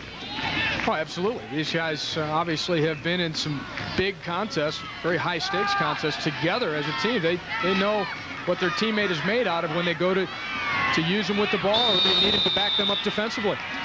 Foul against Richmond. Ukrop whistle down. And the free kick belongs to El Paso. There you get a look at Richie Williams. He is the general. Trying to split part of the El Paso defense. He gets it into Ukrop. Out in front, the ball cleared in front and cleared out of the area by Mike Clark. Mike Clark has been a Superman back there for the Richmond Kickers all day. Oscar Lira biting his nails here as the minutes wind down, and finally a good chance here for his El Paso Patriots team. And the number 3, Cesar Sosa, driving the ball, but coming right across. Mike Clark again. Out in front, headed wide of the goal. Another chance for Cesar Sosa. He just came on as a substitute, and he's already made his presence known, and he is a powerfully built young man and is a force to be reckoned with out in front of the Richmond goal. This outswinger by Sal Mercado makes it all the way in to Sosa. He got his head to it and was not able to direct it on target. But things starting to pick up for this El Paso team. They know they've got a limited amount of time in which to tie this game, but they do have the main man advantage due to the fact that Kevin Scott was ejected. Long ball right side. And a throw-in coming up to El Paso.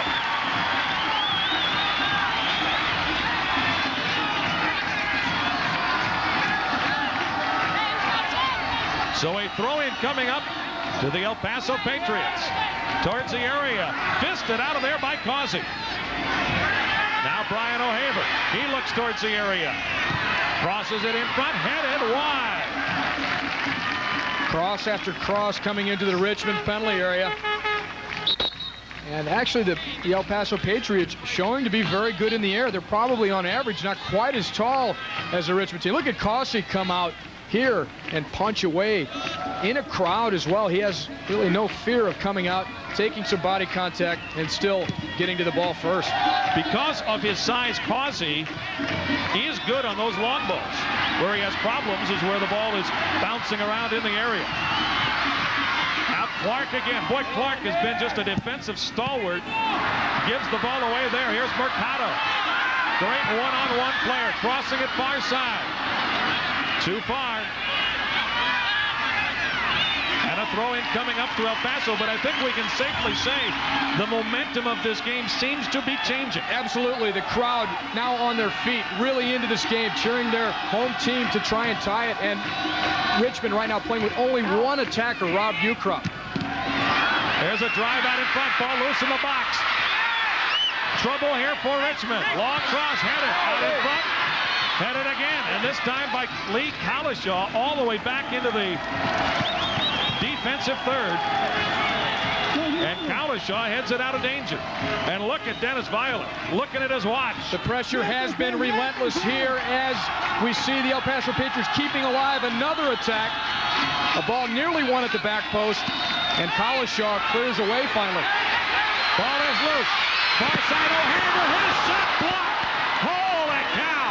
O'Haver had the opportunity, but a sliding block.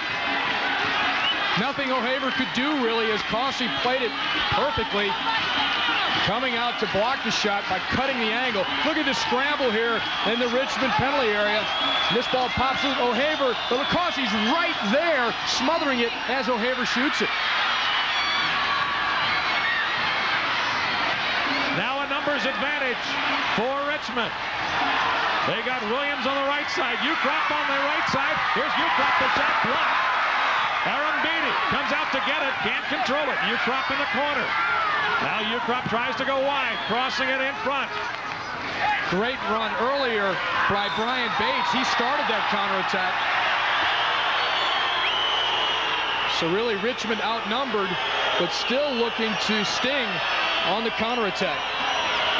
There's Brian Bates, made a big defensive play and then turned it into a goal score. That's him on the ball, turning it into a goal-scoring chance for the Richmond Kickers, splitting the El Paso defense. And this shot coming off the face, in fact, of David Stewart. Stewart a forward, coming all the way back to make the defensive play. Long feed towards the area, rejected there. Richie Williams chests it down. Now Williams tries to go wide. Out of bounds it goes. Throwing coming up to the Richmond Kickers as David Stewart doing a nice job defensively. The winner of this game gets a $25,000 first place prize, a trophy. They also will move on in the CONCACAF Cup Winners' Cup competition against Necaxa of Mexico, a first division professional team in Mexico, as all the cup winners from the various North American and Central American and Caribbean teams play off against each other for the winner of our region. Looks like Michael Brady, former American University star, is getting ready to come in. As Richmond now with one more substitute. And it looks like it will be Brady. We'll see who he's going to replace. Jeff Causey punts it out. Doesn't get a lot on that one. Only to midfield. Headed back. Bryant Kammler will be replaced, it looks like. Goal kick coming up. So Bryant Kammler is going to come off. And Michael Brady will get the call here. Brady, nursing a calf injury, did not start, but now we'll see action in the final 20 minutes of regulation. Bryant Kammler coming off, pretty much frustrated because he's a great attacking player. Not much space on this field. It's a narrow field. He did threaten a few times in the air because he is very good on the head, particularly at the back post, but not able to really get away and beat people at midfield as he's known to do.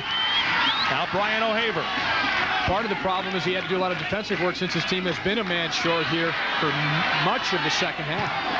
Kalashaw just chips it across the midfield line. The goal scorer for Richmond, Rob Newcrop, the USISL's Premier League most valuable player. He proved it in the way he took that goal. The Premier Division of the USISL, of course, the amateur one. They won it, this Richmond team. Now Brian Bates knocks it ahead, looking for Richie Williams. Williams holds it up, and the ball deflected out of bounds. Throw in coming up. Ball deflected out of there by Lorenzo Bayaza. A couple of busy players there. Richie Williams, number 1. Well, the team that's in the lead right now, the Richmond Kickers, but also Lorenzo Baeza, the number 25. They've had a great battle for the El Paso Patriots. Baeza, watch him, number 25, how many times he's been around the ball and has had his foot on it. Ball headed to the midfield stripe. Finally picked off there. Gomez starts it ahead. Now O'Haver overlapping. Brian O'Haver feeds to the outside. Ball was deflected, and El Paso will get it back. Now the Patriots attacking again. Here's Stewart, left-footed drive. Oh, and that time Causey got a piece of it.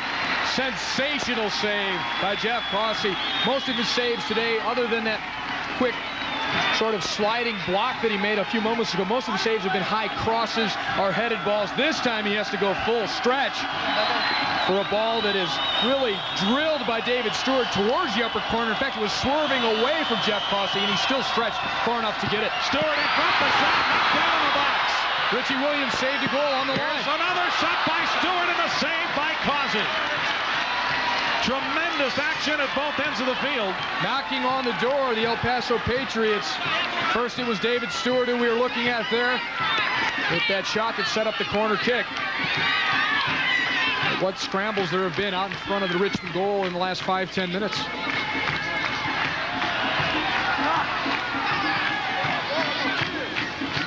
Now O'Haver gives it back. Cervantes will play it left side. 7 saves for Richmond, 3 for Arambidi. So Causey has been busy. They play it towards the area again. This is where El Paso's dangerous. They chip it back, top of the area. They drop it back, a shot deflected wide of goal. That was their 2 go-to players trying to combine there.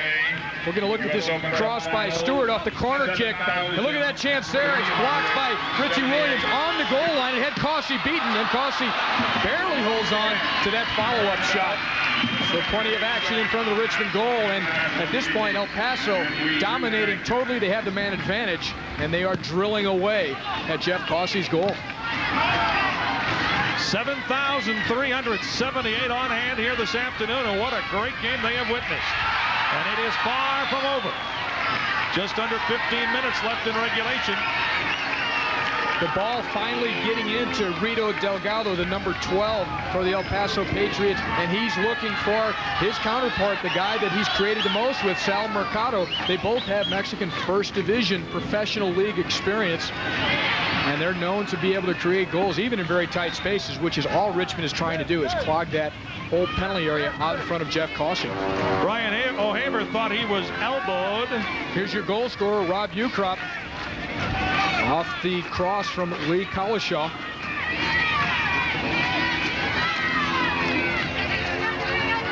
Now Bates feeds it to Michael Brady. Brady towards the corner it goes. The cross out in front, blocked out of bounds, and a corner kick coming up to the Richmond Kickers. They're in the lead 1-0, and under 15 minutes to go. So unofficially, the heat starting to take its toll. Remember, Richmond is a man down and have been for most of this half. And that looks like Ben Crawley. Looks to be hurting his right leg. Based on that shot he took in the first half, he doesn't need the right leg. Ball out in front, Arambidi the save, or the stop, I should say. Let's go down to David Bolton on the sideline. David? Yeah, thanks, Kevin, very much. One man very nervous at this point. That's the coach of the El Paso Patriots, Oscar Lara, coming in. Several people here in El Paso not too happy. The team has won division titles the last 2 years, but have lost in the playoffs. Some speculation this may be his last game with his team trailing right now. I don't know how things look, but I can tell you one thing. Here in the second half, there's a lot more space between him and Enrique Cervantes, the El Paso owner, sitting alongside him on the bench. Richie Williams trying to shield the ball. Finally, it's corralled by Lorenzo Baeza. That's called a hot seat down there on the bench.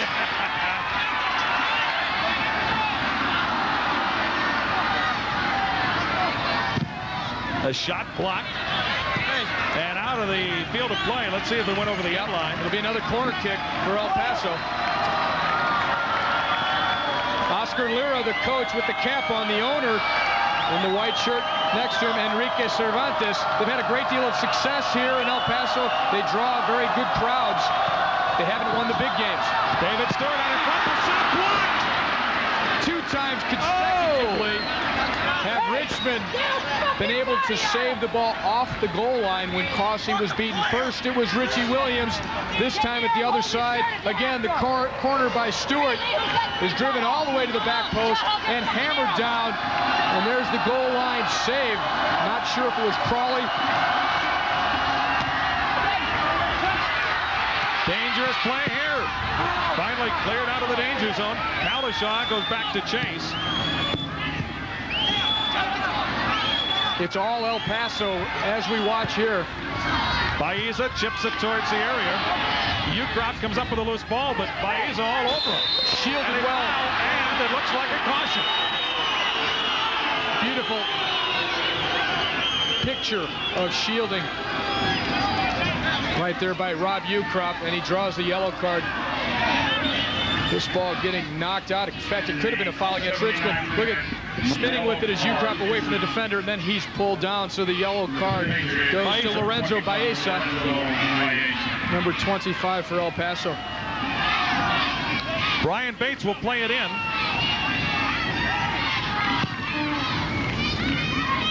Bates lines it towards the area, headed down. Ukrop and Baeza get tangled up, and the foul is against Baeza. El Paso had a 15-5 record in their regular season. So very successful, doing extremely well here in El Paso. Long drive, high and wide. And a goal kick coming up to Jake Arambidi. As Richie Williams, boy, he has been a rock of Gibraltar in the midfield and actually all over the field. This guy's all over the place. Saved a ball off his own goal line on a corner kick chance by El Paso. Coming down to just over 10 minutes left unofficially. They'd like to have the ball in the foot of Rito Delgado. Ball headed away. Now Marcado, he's the other big gun. Marcado towards the area, ball cleared. David Stewart is there. Stewart, nice move around Kalashaw. Now Stewart going one-on-one. They play it back. Long drive.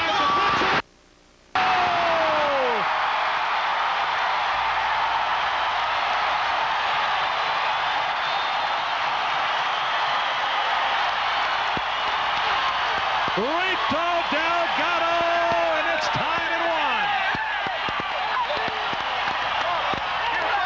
1. Delgado deflected the long-range shot, leaving no chance for Jeff Causey, and this stadium is electrified by the comeback goal. This is Sal Marcado, wisely dishes the ball off, and it's a great low-driven shot, and it's changed direction. In fact, I did not see it correctly at first. Delgado, I do not believe, touched it. It was off of a defender. So we will have to credit the goal not to Delgado. He made a great celebration of it. He fooled me. I thought he touched it. The assist goes to Sal Marcado. And we're going to have to wait here and give you the official scoring on the goal. It was one of the defenders stepping forward. Boy, you were exactly right, Taikio, saying that this place has been electrified by that goal. But you can almost see it coming. I'm Aperon will get credit for the goal. And David Stewart gets credit for the assist, although we'll check that. Now, Sal Marcado with the assist.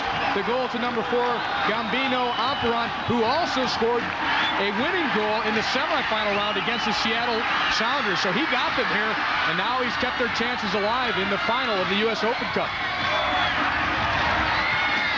And now the possibility of extra time looms large. But I get a feeling we haven't seen the last of both these teams. Ukrapp tripped up. That could be a red card. It probably should be. And let's see what Arturo Angeles is going to whistle here. It would have been a clear breakaway for Ukrapp. Ukrapp very deceptive in slipping past defenders, and there it is. A red card. Both teams will now be a man short. They will be at even strength, each a man down.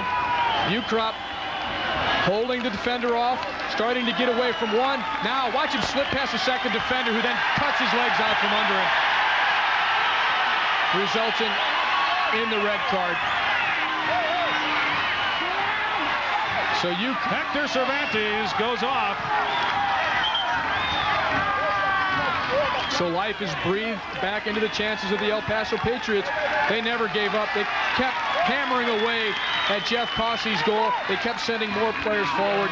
And the setup to the goal by Sal Marcado, he showed real class in laying that ball out in front of the racing Gambino Aperon, who drove it down low, and I think that then deflected off of a Richmond defender past Jeff Cossey. And remember, Richmond had already cleared 2 balls off their own goal line on corner kicks. Ben Crawley plays it wide, far side. Richie Williams centers it in front, knocked down Arambida. The shot in front, Arambida, another save. And O'Havel clears. A huge save by Arambida. Jake Arambida holding his ground there, not committing, making the most important save he's definitely so far made in this game. There he is. He punches that one down and really should have punched it away. This ball driven down low, but Arambida showing great agility and flexibility to react to that shot, because it was driven down low and had a big kick on it, a big hop on it. Richmond gets it right back. Brian Bates will bring it back. Nice slide tackle there, and here come the Patriots. Great action at both ends of the field. That's Sal Marcado starting it again. Here's Stewart. Stewart has to go chase. He lofts it towards the area, headed high in the air and out of play. We're going to look at the tying goal for the El Paso Patriots. This is Sal Marcado. Wisely takes his time, dishes the ball across beautifully to Amparo, and then it goes off the foot. Mike Clark, who, what a stellar defensive game he's had. Just a bad break for him. Always in the right place at the right time the entire game until then. Trying to make a block on the shot. Instead, it went off of him and totally fooled Jeff Cossey after the deflection. Right now, Rito Delgado, who was in the vicinity of that ball going off of Clark, gets hurt here in a headed collision. A little elbow perhaps coming out as Rito Delgado goes down in a heap. Well, it gives both teams an opportunity to at least get a minute or so rest, and more importantly, I guess, to get some fluids, as both these teams have expended an awful lot of energy. Here's the injury again to Rito Delgado. The ball sent in by Stewart. Delgado goes up, the defender in behind him. They appear to collide heads, in fact. And as we speak, Delgado is up and has appeared to have shaken it off. Fatigue has to be entering it. We've got less than 5 minutes remaining in this match. And of course, should the score remain the same, we're going to overtime. And if it would remain tied after overtime, we would have penalty kicks. So extra time looming here in this U.S. National Open Cup final. A soccer competition that is open to every team in the nation, theoretically. Professional teams as well as amateur teams. And again, the overtime, 2 15-minute periods. It's not sudden death. We play the entire 2 15-minute periods. 15 each way. And if we can't decide a winner, we go to penalty kicks. Jeff Cossey, who has played an amazing game already here today. Now Bates knocks it ahead. Oh, Haver overran it. May have been pushed down, and apparently he was. So a foul whistle down against the Richmond Kickers. Kevin, you could see it coming at the start of the second half, how Richmond were just pushing players forward. Collishaw up on the right side. Richie Williams was coming out of midfield, that a goal was imminent. And just the same way here for the tying goal for the El Paso Patriots. They were knocking on the door. Causey had to make a couple big saves. Remember the one he blocked just off the foot of the one El Paso attacker. He had come out for crosses, and then 2 goal line saves off of corner kicks by this Richmond team. And finally, El Paso broke down the door. Collishaw heads it away. And here comes Michael Brady. Brady, 31 years of age. Brian Bates, nice move. Bates moving in. Bates, tried to cut it inside, but was run off the ball. Now the ball loose in the area. Who's going to finally clear it? Finally, it's cleared, but not out. Richie Williams sends it far side. Long drive, wide of the goal.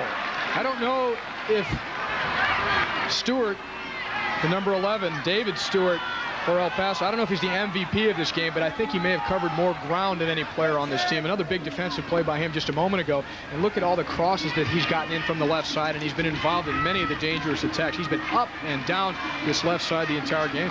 Let's send it down to David Bolton. David? The presentation so that we can... Well, apparently we'll give it to David here in just a bit. Ball back in the midfield, finally knocked down. Richie Williams clears it back. Now Ukrop goes up for the header. And El Paso on the run. Here's David Stewart. Another cross out in front, headed out of the danger zone. Richie Williams goes to get it. Williams, the team captain for the Kickers, gives to Ukrop, couldn't hold the pass, and it's finally cleared all the way back. Williams playing a very speculative and dangerous ball across the face of his own defense, or his own midfield there. They try and find Williams, or rather they find Stewart, and John Hall knocks him down.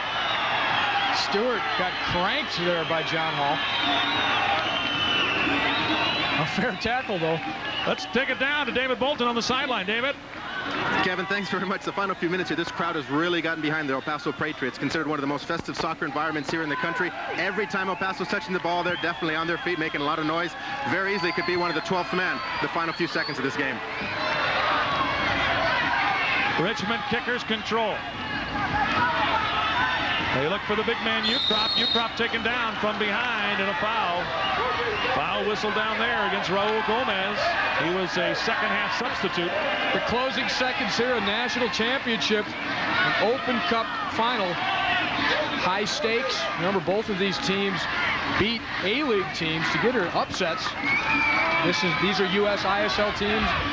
In fact, the Richmond Kickers, an amateur squad. Towards the area it goes. Arambidi is there.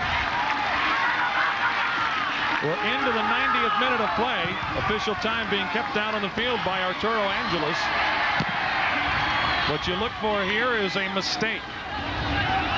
And both teams hoping that their players don't make them. Well, that's why I was surprised a moment ago. Richie Williams playing a square ball, only about 35, 40 yards from his goal. And that's not the time to be playing anything but diagonal balls, the ball straight out of there. Causey can't control the ball. Finally, it's out of play. Thank goodness for Jeff Causey. That ball rolled out of bounds. He appeared to let it go. The only thing I can imagine is he had already anticipated that Rito Delgado would not be able to catch it. We'll have a look at it there. It's off of Delgado. Yeah, he knew that Delgado was not going to be able to reach it. So there you have it, the end of regulation, and we are tied at 1. That means we will go to extra time, 2 15-minute halves, and then if we cannot decide a winner after the 2 15-minute periods, we will go to penalty kicks. So both these teams getting on the board here in the second half, and we are tied at 1. The El Paso Patriots, the Richmond Kickers. We will go to extra time as Jeff Causey, Jake Arambidi, the men of the moment. The conditions here are not as extreme as they could be. I think the teams are not worrying about that at all. They're even for both sides. What you have, perhaps an advantage for Richmond, a slightly younger side, maybe have a little bit more legs left. On the other hand, a very experienced team in the El Paso Patriots with some seasoned professionals who have had experience in the Mexican professional leagues, even at the highest division. Kevin Wall along with Ty Keogh, David Bolton patrolling the sidelines. We'll be going to him momentarily. Here come the Richmond Kickers. They look for Rob Ukrop, ball out of bounds, and we'll get a throw-in coming up to the El Paso Patriots. This has been an amazing exhibition of soccer. Foul whistle along the sidelines. I think we should credit both goalkeepers, in fact, for keeping the score as low. Really, it could have easily been 2-3 goals either way, if not for some stellar plays at either end by Causey for Richmond and by Jake Arambide for the El Paso Patriots. Free kick coming up. Ball chipped towards the area. Remember, David Cox back there on defense for Richmond. He was a late second half replacement. Kevin, we started off this game mentioning that the dimensions of the field probably less than ideal. Only 64 yards wide, only 112 yards long, but perhaps almost perfect for teams each a man short through an ejection. And also somewhat physically depleted after having played already 90 minutes of regulation before this extra time. Now El Paso working the ball up slowly. Here's David Stewart. Stewart outstanding in that second half, both offensively and defensively. Stewart taken down, no foul called, and Brian Bates will run it out of there. Let's check in with David Bolton down on the sideline. David, what about the strategy for both these teams? Yeah, Kevin, I was just speaking with both coaches. In terms of Richmond, Deniz Violet said he wants Brian Bates to hold down the midfield. He's going to be pushing number 14, Michael Brady, up front. In terms of El Paso, their coach, Osculito, was saying the whole team's got to push up front. Some of the players for El Paso getting on Brian O'Haver, the defender, telling him, stay out of the midfield. You've got to stay back. Keep that ball out. No goals are going to be allowed, hopefully, in terms of the final few moments here by El Paso. Jeff Causey will put it into play on a goal kick.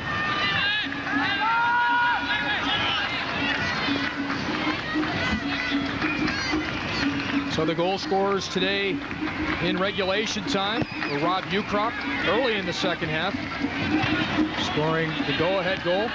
He had also scored to get the Richmond Kickers here. He had the winning goal versus in the quarterfinal against the Atlanta Ruckus of the A-League on an assist from Ben Crawley. And you look at shots that didn't go in. Kari Stockton, his open net that he had to shoot at. Ben Crawley hit about a 35-yarder off the crossbar. And you think if those balls go in, the difference in this soccer game.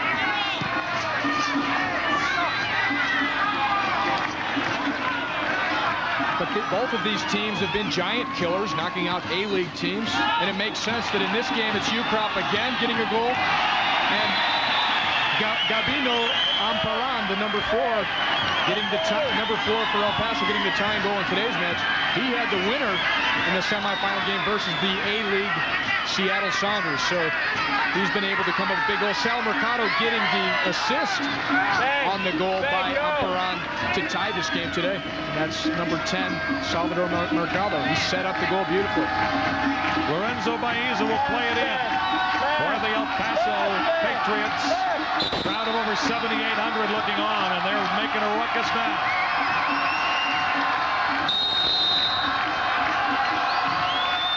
Ball chipped.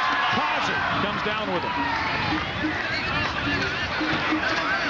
Under 11 minutes to go in the first overtime period. Now Richie Williams plays it to Cowlishaw. Lee Cowlishaw, native of England. He had the assist for Richmond on the go-ahead goal. Remember, both these teams playing a man short. A little more open space out there. Now Richie Williams drops it back. Nice build-up. Here's Michael Brady. His shot blocked out in front. Cleared by O'Haver. Now here's Crawley with it. He couldn't do anything with it. The ball just dumped across the midfield line. Brady really laced that ball. Michael Brady, long range with the left foot. He's a bit fresher than some of those guys out there, so he should be loading up some shots. Now Michael Brady again. Kicks it across the midfield line. Nobody there except Jake Arambidi. Each team has had a player ejected. First, Kevin Scott of Richmond for a tackle from behind, a two-legged tackle. And then Hector Cervantes for a deliberate takedown of Rob Ukrop. So El Paso will miss the experience in the backfield of number 3, Hector Cervantes. Ty, as a coach, do you play to win or do you play to have it go to penalty kicks? That to some degree the confidence you have in your goalkeeper in the penalty kick situation. If he's a game breaker, maybe you do want to not risk too much and try and ensure that it does go to the penalty kickers if you feel that strongly about his ability to shut down a couple of the opponent's kicks. You also have to have some confidence in your kickers. Now David Cox wants to go wide. Ball will belong to El Paso. A little bit of kicking, a little shoving. Does it alter your feeling home or on the road? I think for sure the El Paso Patriots have some advantage here, and I think it really helped them in being able to come up with that tying goal because they were frustrated so many times without the fans. That 12th player, or maybe at that time it was only the 11th player, but forcing them to continue to push, even though they had balls cleared off the goal line, even though Cossey had come up with save after save. Now Bates drops it back.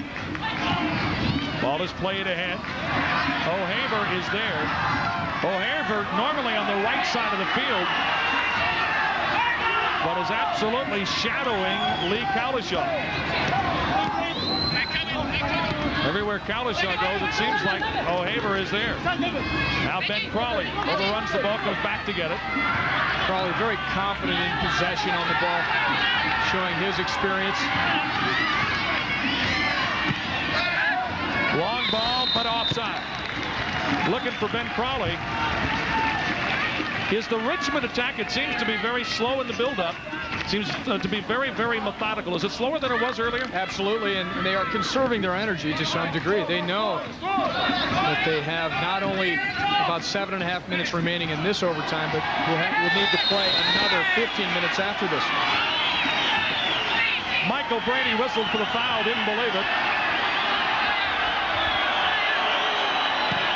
Long cross looking for O'Haver. O'Haver in front. Oh, and he got a foot on it and deflects it up onto the track. O'Haver was stopped point blank by Jeff Cossey. If you remember when the score was still 1-0 for Richmond, this is another great chance for him. What a distance he came just to get there in behind the Richmond defense. This ball just driven deep in behind the Richmond defense, and he's worked so hard as well, along with his counterpart on the left side, who we've already mentioned, David Stewart. But O'Haver has been very unselfish in his runs down that right side. Ukrop knocked down, no call. And here comes El Paso on the attack. Look for Rito Delgado. Ball played out in front. John Hall is there, though, and Hall just clears it.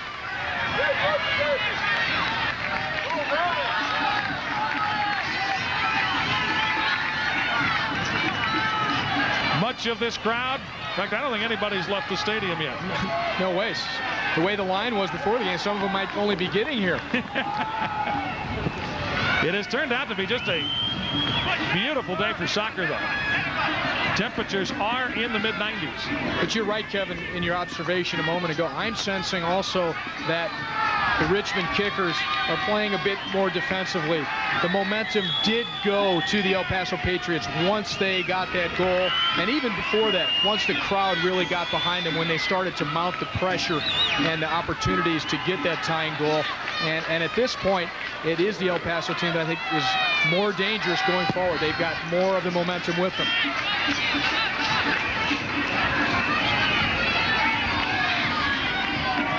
Now the Kickers bring it the other way. They look towards the area for Kalishaw. That ball headed away. Headed away by Amparan, who scored the tying goal. He's the last man back now, but he struck a telling blow from well outside the area that was then deflected past Jeff Paso. Stewart looking for the loose ball, can't come up with it. He better do something with it, and finally Clark clears it out. The Patriots still buzzing around defensively. Michael Brady, number 14 at midfield for Richmond, has been a real stabilizing influence for them since he's come on. Causey comes down with the ball and simply throws it out to Richie Williams.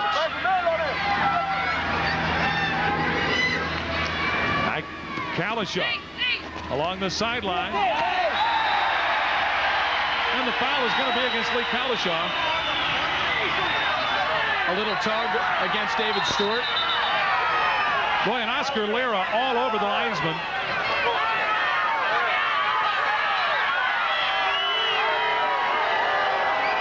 Both Enrique Cervantes, the owner of the team, and Oscar Lira have been on their feet this entire second half, so emotionally involved in the fortunes of their team. There's Marcado. Marcado is dangerous here, but the ball cleared out of bounds by John Hall. Boy, every time Marcado touches the ball anywhere near the area, you get a feeling something outstanding is going to happen. Marcado just absolutely great on the ball. Great deal of creative flair also. He has his head up and he's aware of where he can do the most damage. Ball thrown towards foul. It will go against El Paso.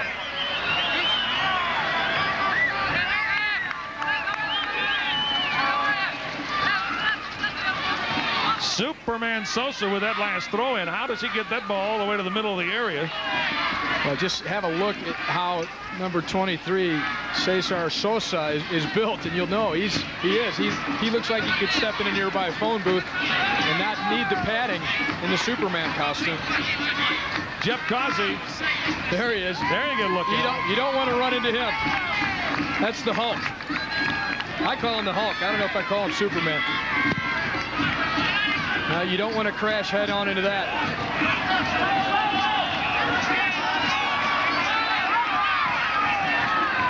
Now the Patriots clear it up the right side. Right there, though, is John Hall. Hall with some space. Hall looking, finds Kalishaw. Here's Kalishaw.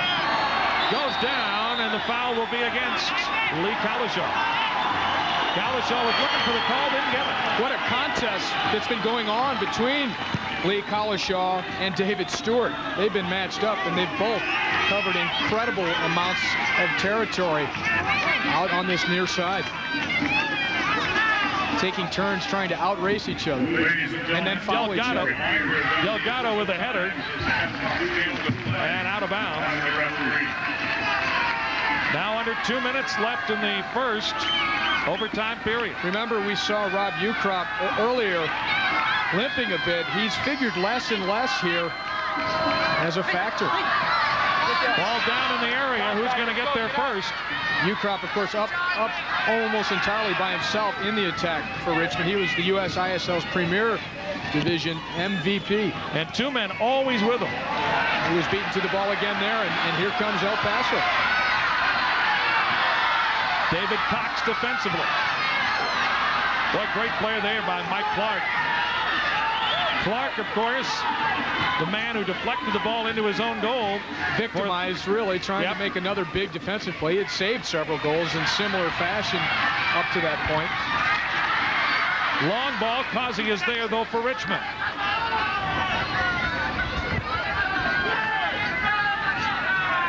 I'm recalling the first half. I think I misidentified. I believe it was John Hall who took that screaming right-footed free kick not too long before the halftime whistle. Delgado lays it off. Marcado crosses it. The shot. And Causey the same. Cesar Sosa with the shot. Sosa, Causey the stop. Sosa a menacing presence, and for a big man, showed a little dipsy-doodle. He stepped over the ball once and trying to free himself for that shot.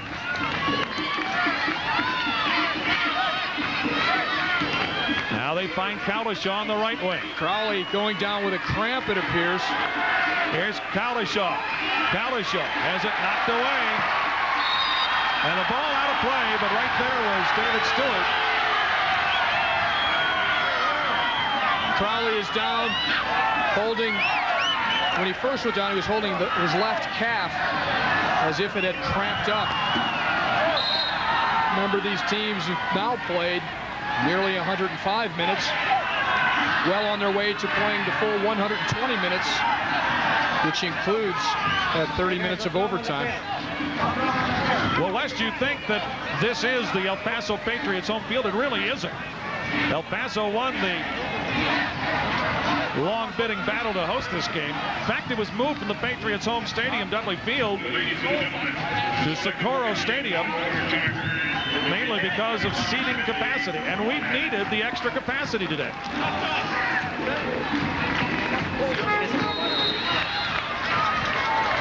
And here we go, Rito Delgado.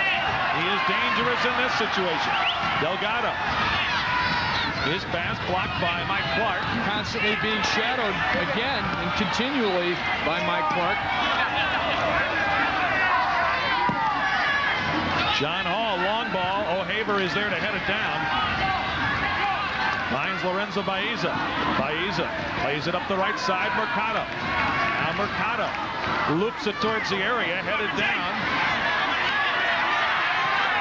Now they play it towards the box. Look out, the shot. Up wide of the goal. Sal Marcado with a big shot from the edge of the area.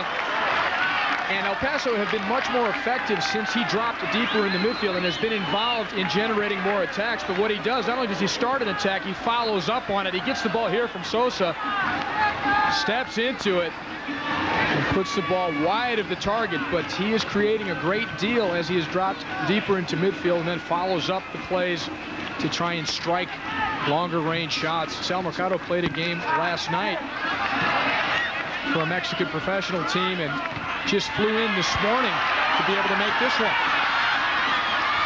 Ball headed back to Kazi, and again on the front end of that play was the Superman himself, Cesar Sosa, who fed Marcado the ball.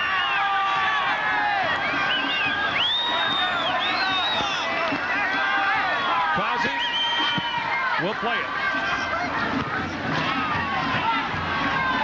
Now Brian Bates swings it left side, finds Michael Brady. Brady out of American University. They play it back to Ben Crawley. Crawley leaves it for Bates. Let's send it down to David Bolton on the field. Thanks, Kevin. At the break, I had a chance to talk with both coaches. First, Oscar Lira from El Paso. He says he realizes that Richmond's a little more tired than his team, so he's going to continue doing his strategy, and that's pushing everything up front. Deniz Violet, the coach of Richmond, acknowledging that some of his midfield is a bit tired. For that reason, the man with the fresh legs, Michael Brady, he's going to be sending him up front a lot here in the final few moments. The man with the fresh microphone, David Bolton. One man back, Clark to beat. Ball out in front. Oh, cleared by David Cox. Delgado coming down the left side, looking for Sal Marcado. Those are the two guys that really make it happen for El Paso. This ball looped out of bounds, and a goal kick coming up to Jeff Kazi. Now down under 13 minutes left in the second overtime period. It's true, it's quite evident the fatigue into Richie Williams. He's buzzed around the midfield the entire game. Also, we saw how Ben Crawley has cramped up once already, not able perhaps to cover the ground that he was doing earlier in the game. And the momentum ever since, even leading up to that tying goal, and with the crowd here at their backs, the momentum has been with the El Paso team.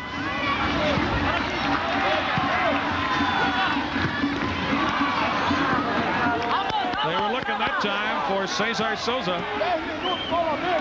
Ball will belong to Richmond. Tire, there are concessions you can make to the Heat, to the overtime, shorter passes, longer passes. Are there things you can do to counteract some of the other problems involved? Really, the only thing that a team should concentrate on in this situation is not to give up possession unnecessarily, because you have to work too hard to get it back, and you deplete your reserves that much more. So if you've worked hard and won the ball, make sure you keep it. Jeff Causey that time kicking the ball the length of the field as Oscar Lira looks on. Enrique Cervantes just behind him. And there you get a look at Jeff Causey. The psychological advantage here will go to the team that is able to establish more possession, because when the legs start to go, so does the will to play. Arturo Angeles pointed as if the foul was against Richmond. I think the foul will be against El Paso, and the free kick will go to Michael Brady. So an amateur team, the Richmond Kickers against a professional team, the El Paso Patriots. And we've had drama the entire game, including the overtime. Here's Michael Brady dragging the ball wide. His cross blocked by O'Haver and out of bounds.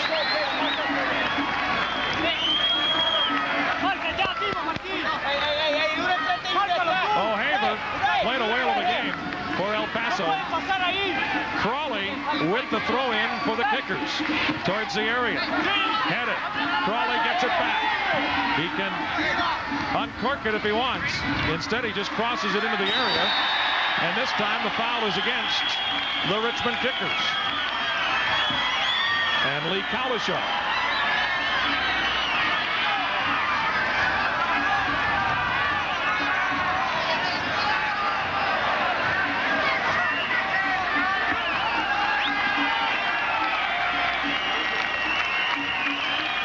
Well, I'll tell you, Rito Delgado, dangerous whenever he touches the ball.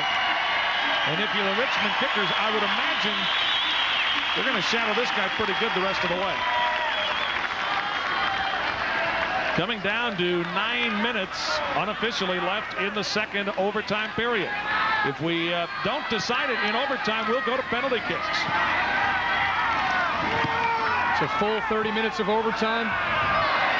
Not sudden death. We're in the 21st minute of the 30 minutes. Or we're actually in the 22nd now. Rob Ukrop, looping cross. Cowlishaw can't catch up with it. And the ball will belong to El Paso.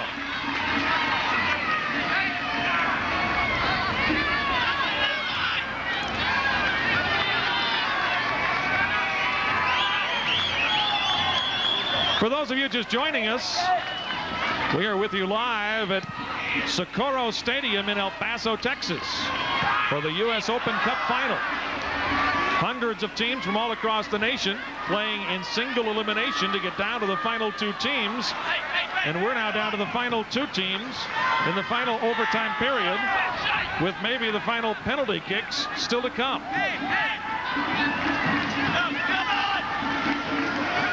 Kevin Wall along with Ty Keogh. David Bolton down on the sideline.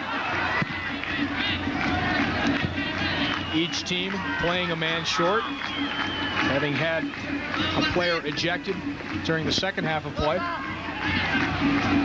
So that means there's even more space out there to cover during overtime. Battle of endurance. What a game Mike Clark has had, even though the tying goal did deflect off of his foot. He continues to look very tough defensively. Martin Arrieta tries to play it along the sideline, and a foul whistled down against the El Paso Kickers. Coming down to just over 7 minutes left in the overtime period.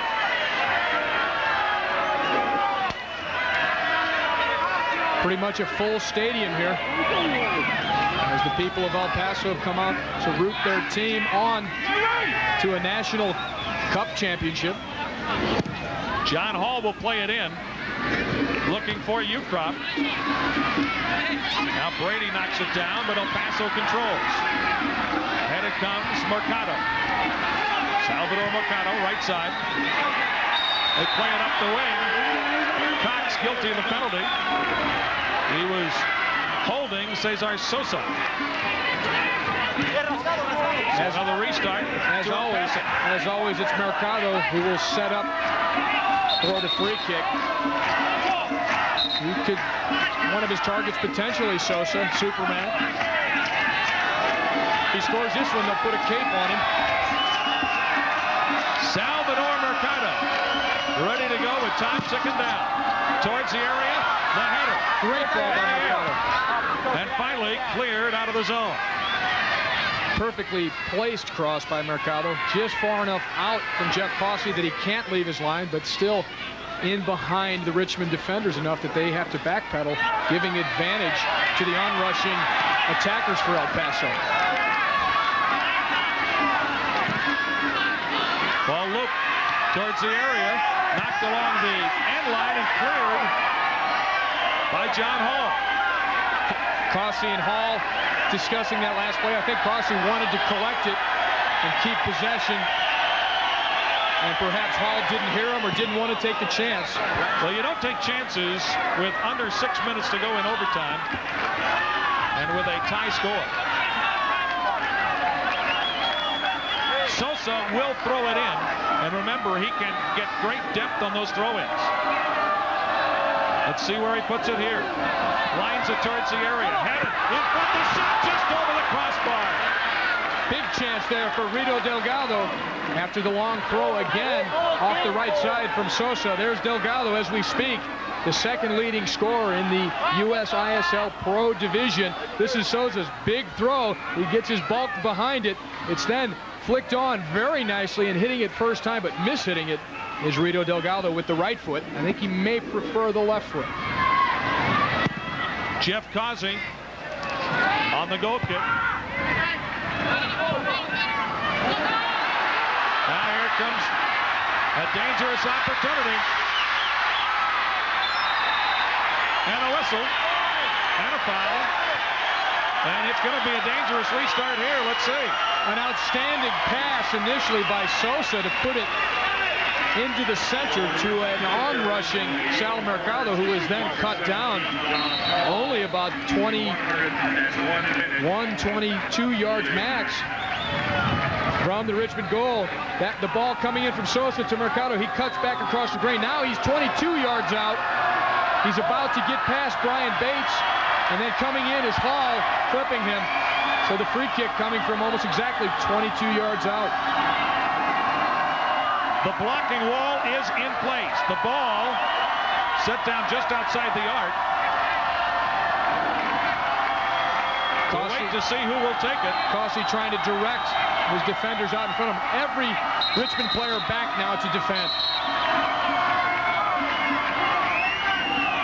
Everybody but Richie Williams, who now comes out. He's trying to set the wall, but he'll get back. Maybe some mind games going on here. The shot blocked by the wall. Rebounds again. Rejected. And O'Haver takes it back for El Paso. Now Clark defensively. Ball chipped towards the area. Oh, just missing on the header. This time Delgado trying to find Sosa at the back post, and they just about connected. Sosa gets to it but can't do it. This is Delgado cutting inside on his double marking all the way to the back. Sosa diving for it. It glances off of his head, but he couldn't get all the way to it. So a dangerous opportunity there for the Patriots, and now coming down just over 2 minutes left in the overtime period. We are just a little over 2 minutes away unofficially from penalty kicks.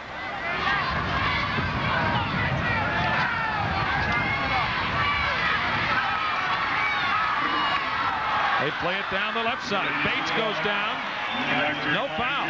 Hall chested down. It's finally bicycle kicked by Kalishaw. Time being kept down on the field. They play it back to Brian O'Haver, and O'Haver just couldn't reach it. Oh, it's been an excellent game in terms of how the momentum has swung. Remember the first half, probably 70-30 almost for the Richmond Kickers. The second half, Richmond came out like gangbusters. It came out really pushing forward, got their goal, but then the entire last 30 minutes or so was El Paso trying to tie the game up, and most of the overtime has truly been the El Paso Patriots in the Richmond Kickers end of the field. Ball headed by Crawley, cleared out of there by John Hall, and the ball will bounce into the penalty area. Aaron Beatty hasn't been all that busy of late. Time ticking down, under 2 minutes, time being kept down on the field. 1 minute by my watch. 1 minute away from penalty kicks if no one scores. Another good ball there by the number 25, Lorenzo Baeza, for El Paso. He's been everywhere, involved in so many plays. Dangerous play here. The shot blocked out in front. Ball comes back. Patriots keep the pressure on. That's Baeza again. Now Gomez crosses it into the area. They got a numbers advantage. And the ball cleared out of the penalty area by John Hall. And Hall was right with him all the way. A corner kick here with less than 30 seconds remaining, not counting any injury time that may be added on by Arturo Angeles, the referee. Everyone on their feet. The tension on the bench, you can cut it with a knife. Checked out in front, Causey can't come down with it, an open net. Gomez crosses the header, and Causey the save! Another golden opportunity for the El Paso Patriots. And Jeff Causey momentarily out of position there, able to recover, and the header by Sosa was snagged by Causey as he got back in time. Well, coming up next, one of the greatest spectacles in all of sports is called penalty kicks.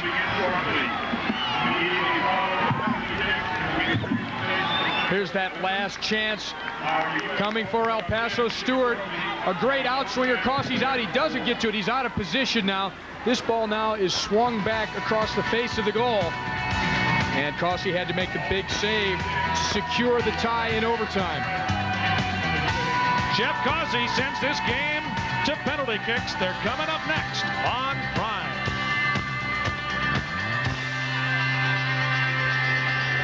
So there you get a look at the U.S. Open Cup. And that is what the winner will get today. And whoever gets it will have certainly earned it. There will be 5 penalty kickers. A very prestigious competition. It's gone on since 1914. Open to amateur teams, professional teams, even pub teams.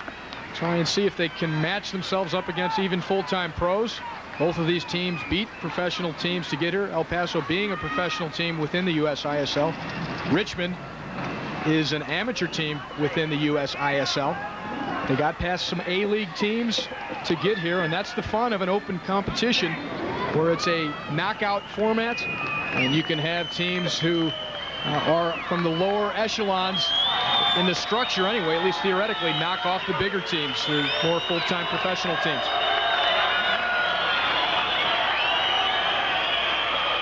Jake Arambidi in goal. And Rob Ukrop up to take the first penalty for the Richmond Kickers. Remember, so here we go. He scored the go-ahead goal early in the second half. Ukrop, he scores! Ukrop makes it 1-0. And now let's see who Oscar Lira will send to the penalty spot for the first El Paso penalty kick. Ukrop, the MVP of the USISL Premier League, their amateur division, puts it well out of the reach of Jake Arambide.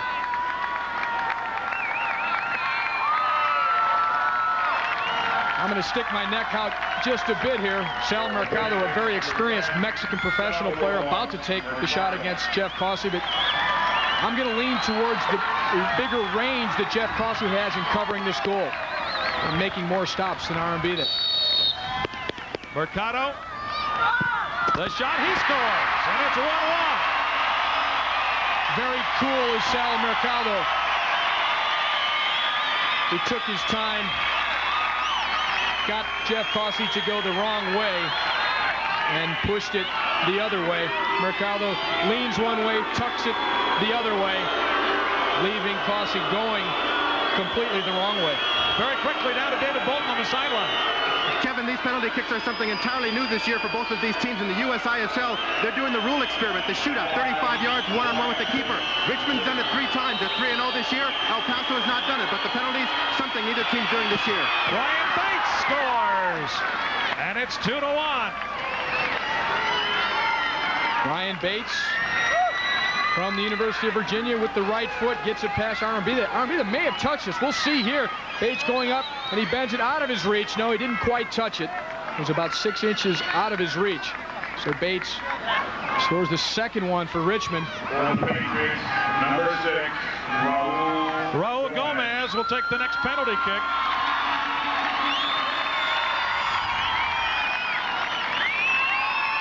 The utmost concentration here demanded of the goalkeepers, but the pressure is really on the shooter. He's expected to score. Gomez, the shot, the save by Causey. Jeff Causey making the save on the low shot.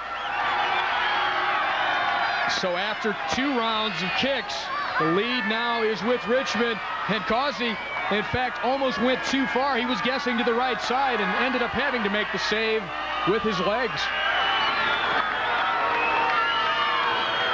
Gomez shakes his head. As I said, the pressure on the shooter. Ben Crawley on the penalty kick. Here we go. And he scores.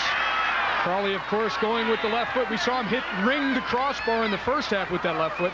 This time, R&B, they did touch it, but it was far enough into the corner that it carried on anyway. Crawley steps up to it with the left foot. It's close enough out to the post that R&B, they can't get enough on it to keep it out, even though he touched it. So it's 3-1.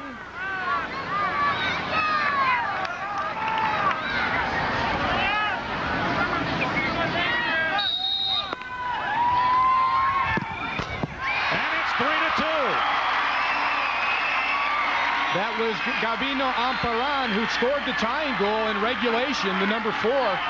Very dangerous player coming forward. This time shows his cool and calm collectedness. Look at this ball. Unstoppable, even had Causey guessed correctly. You do gamble a bit when you shoot high, and that was still taking off as the net caught it. Coming up next, John Hall. Defender called upon here on penalty kicks. It is 3-2. Jake Arambidi, his feet on the line. And the save by Arambidi.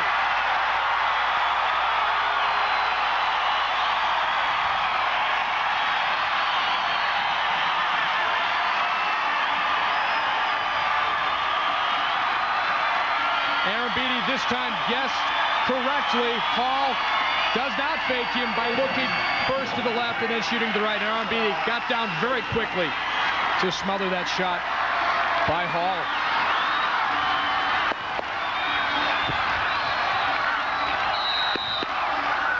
It is still 3-2. The shot, the save by Causey. That time, Cesar Sosa denied. Superman ran into some kryptonite. Couldn't get it past Jeff Causey. The right-footed shot, he tries to side-foot it. Causey read it the whole way, guessed correctly, and got his big frame behind it. Sosa disappointed.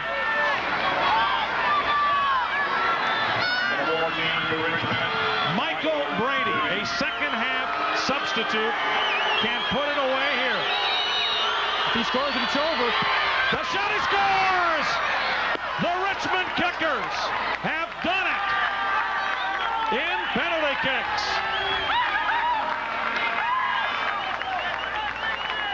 Michael Brady, an experienced player, came on as a substitute in this game, shoots the winning penalty kick for the Richmond Kickers, and a dejected El Paso Patriots in front of their partisan hometown crowd that really brought them back into the game when they were down 1-0 during regulation.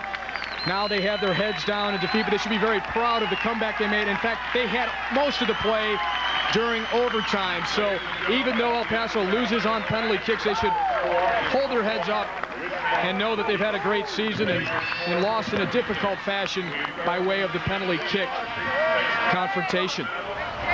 And look at the celebration. Jeff Causey, the man of the hour, as he was the guy that just stoned them in nets for the Richmond Kickers.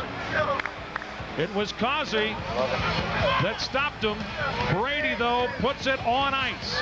Here's Cesar Sosa, and the final save by Causey. 2 saves by Jeff Causey, wins it in penalty kicks for the Richmond Kickers, an amateur team taking the U.S. Open Cup. So the Richmond Kickers, your U.S. Open Cup winner, Michael Brady, the final penalty kick to ice it for the Richmond Kickers. The final score here today from Socorro Stadium in El Paso, 4-2 in penalty kicks. For Todd Keogh, Dave Bolton, I'm Kevin Wall. Thanks for joining us. So long, everybody.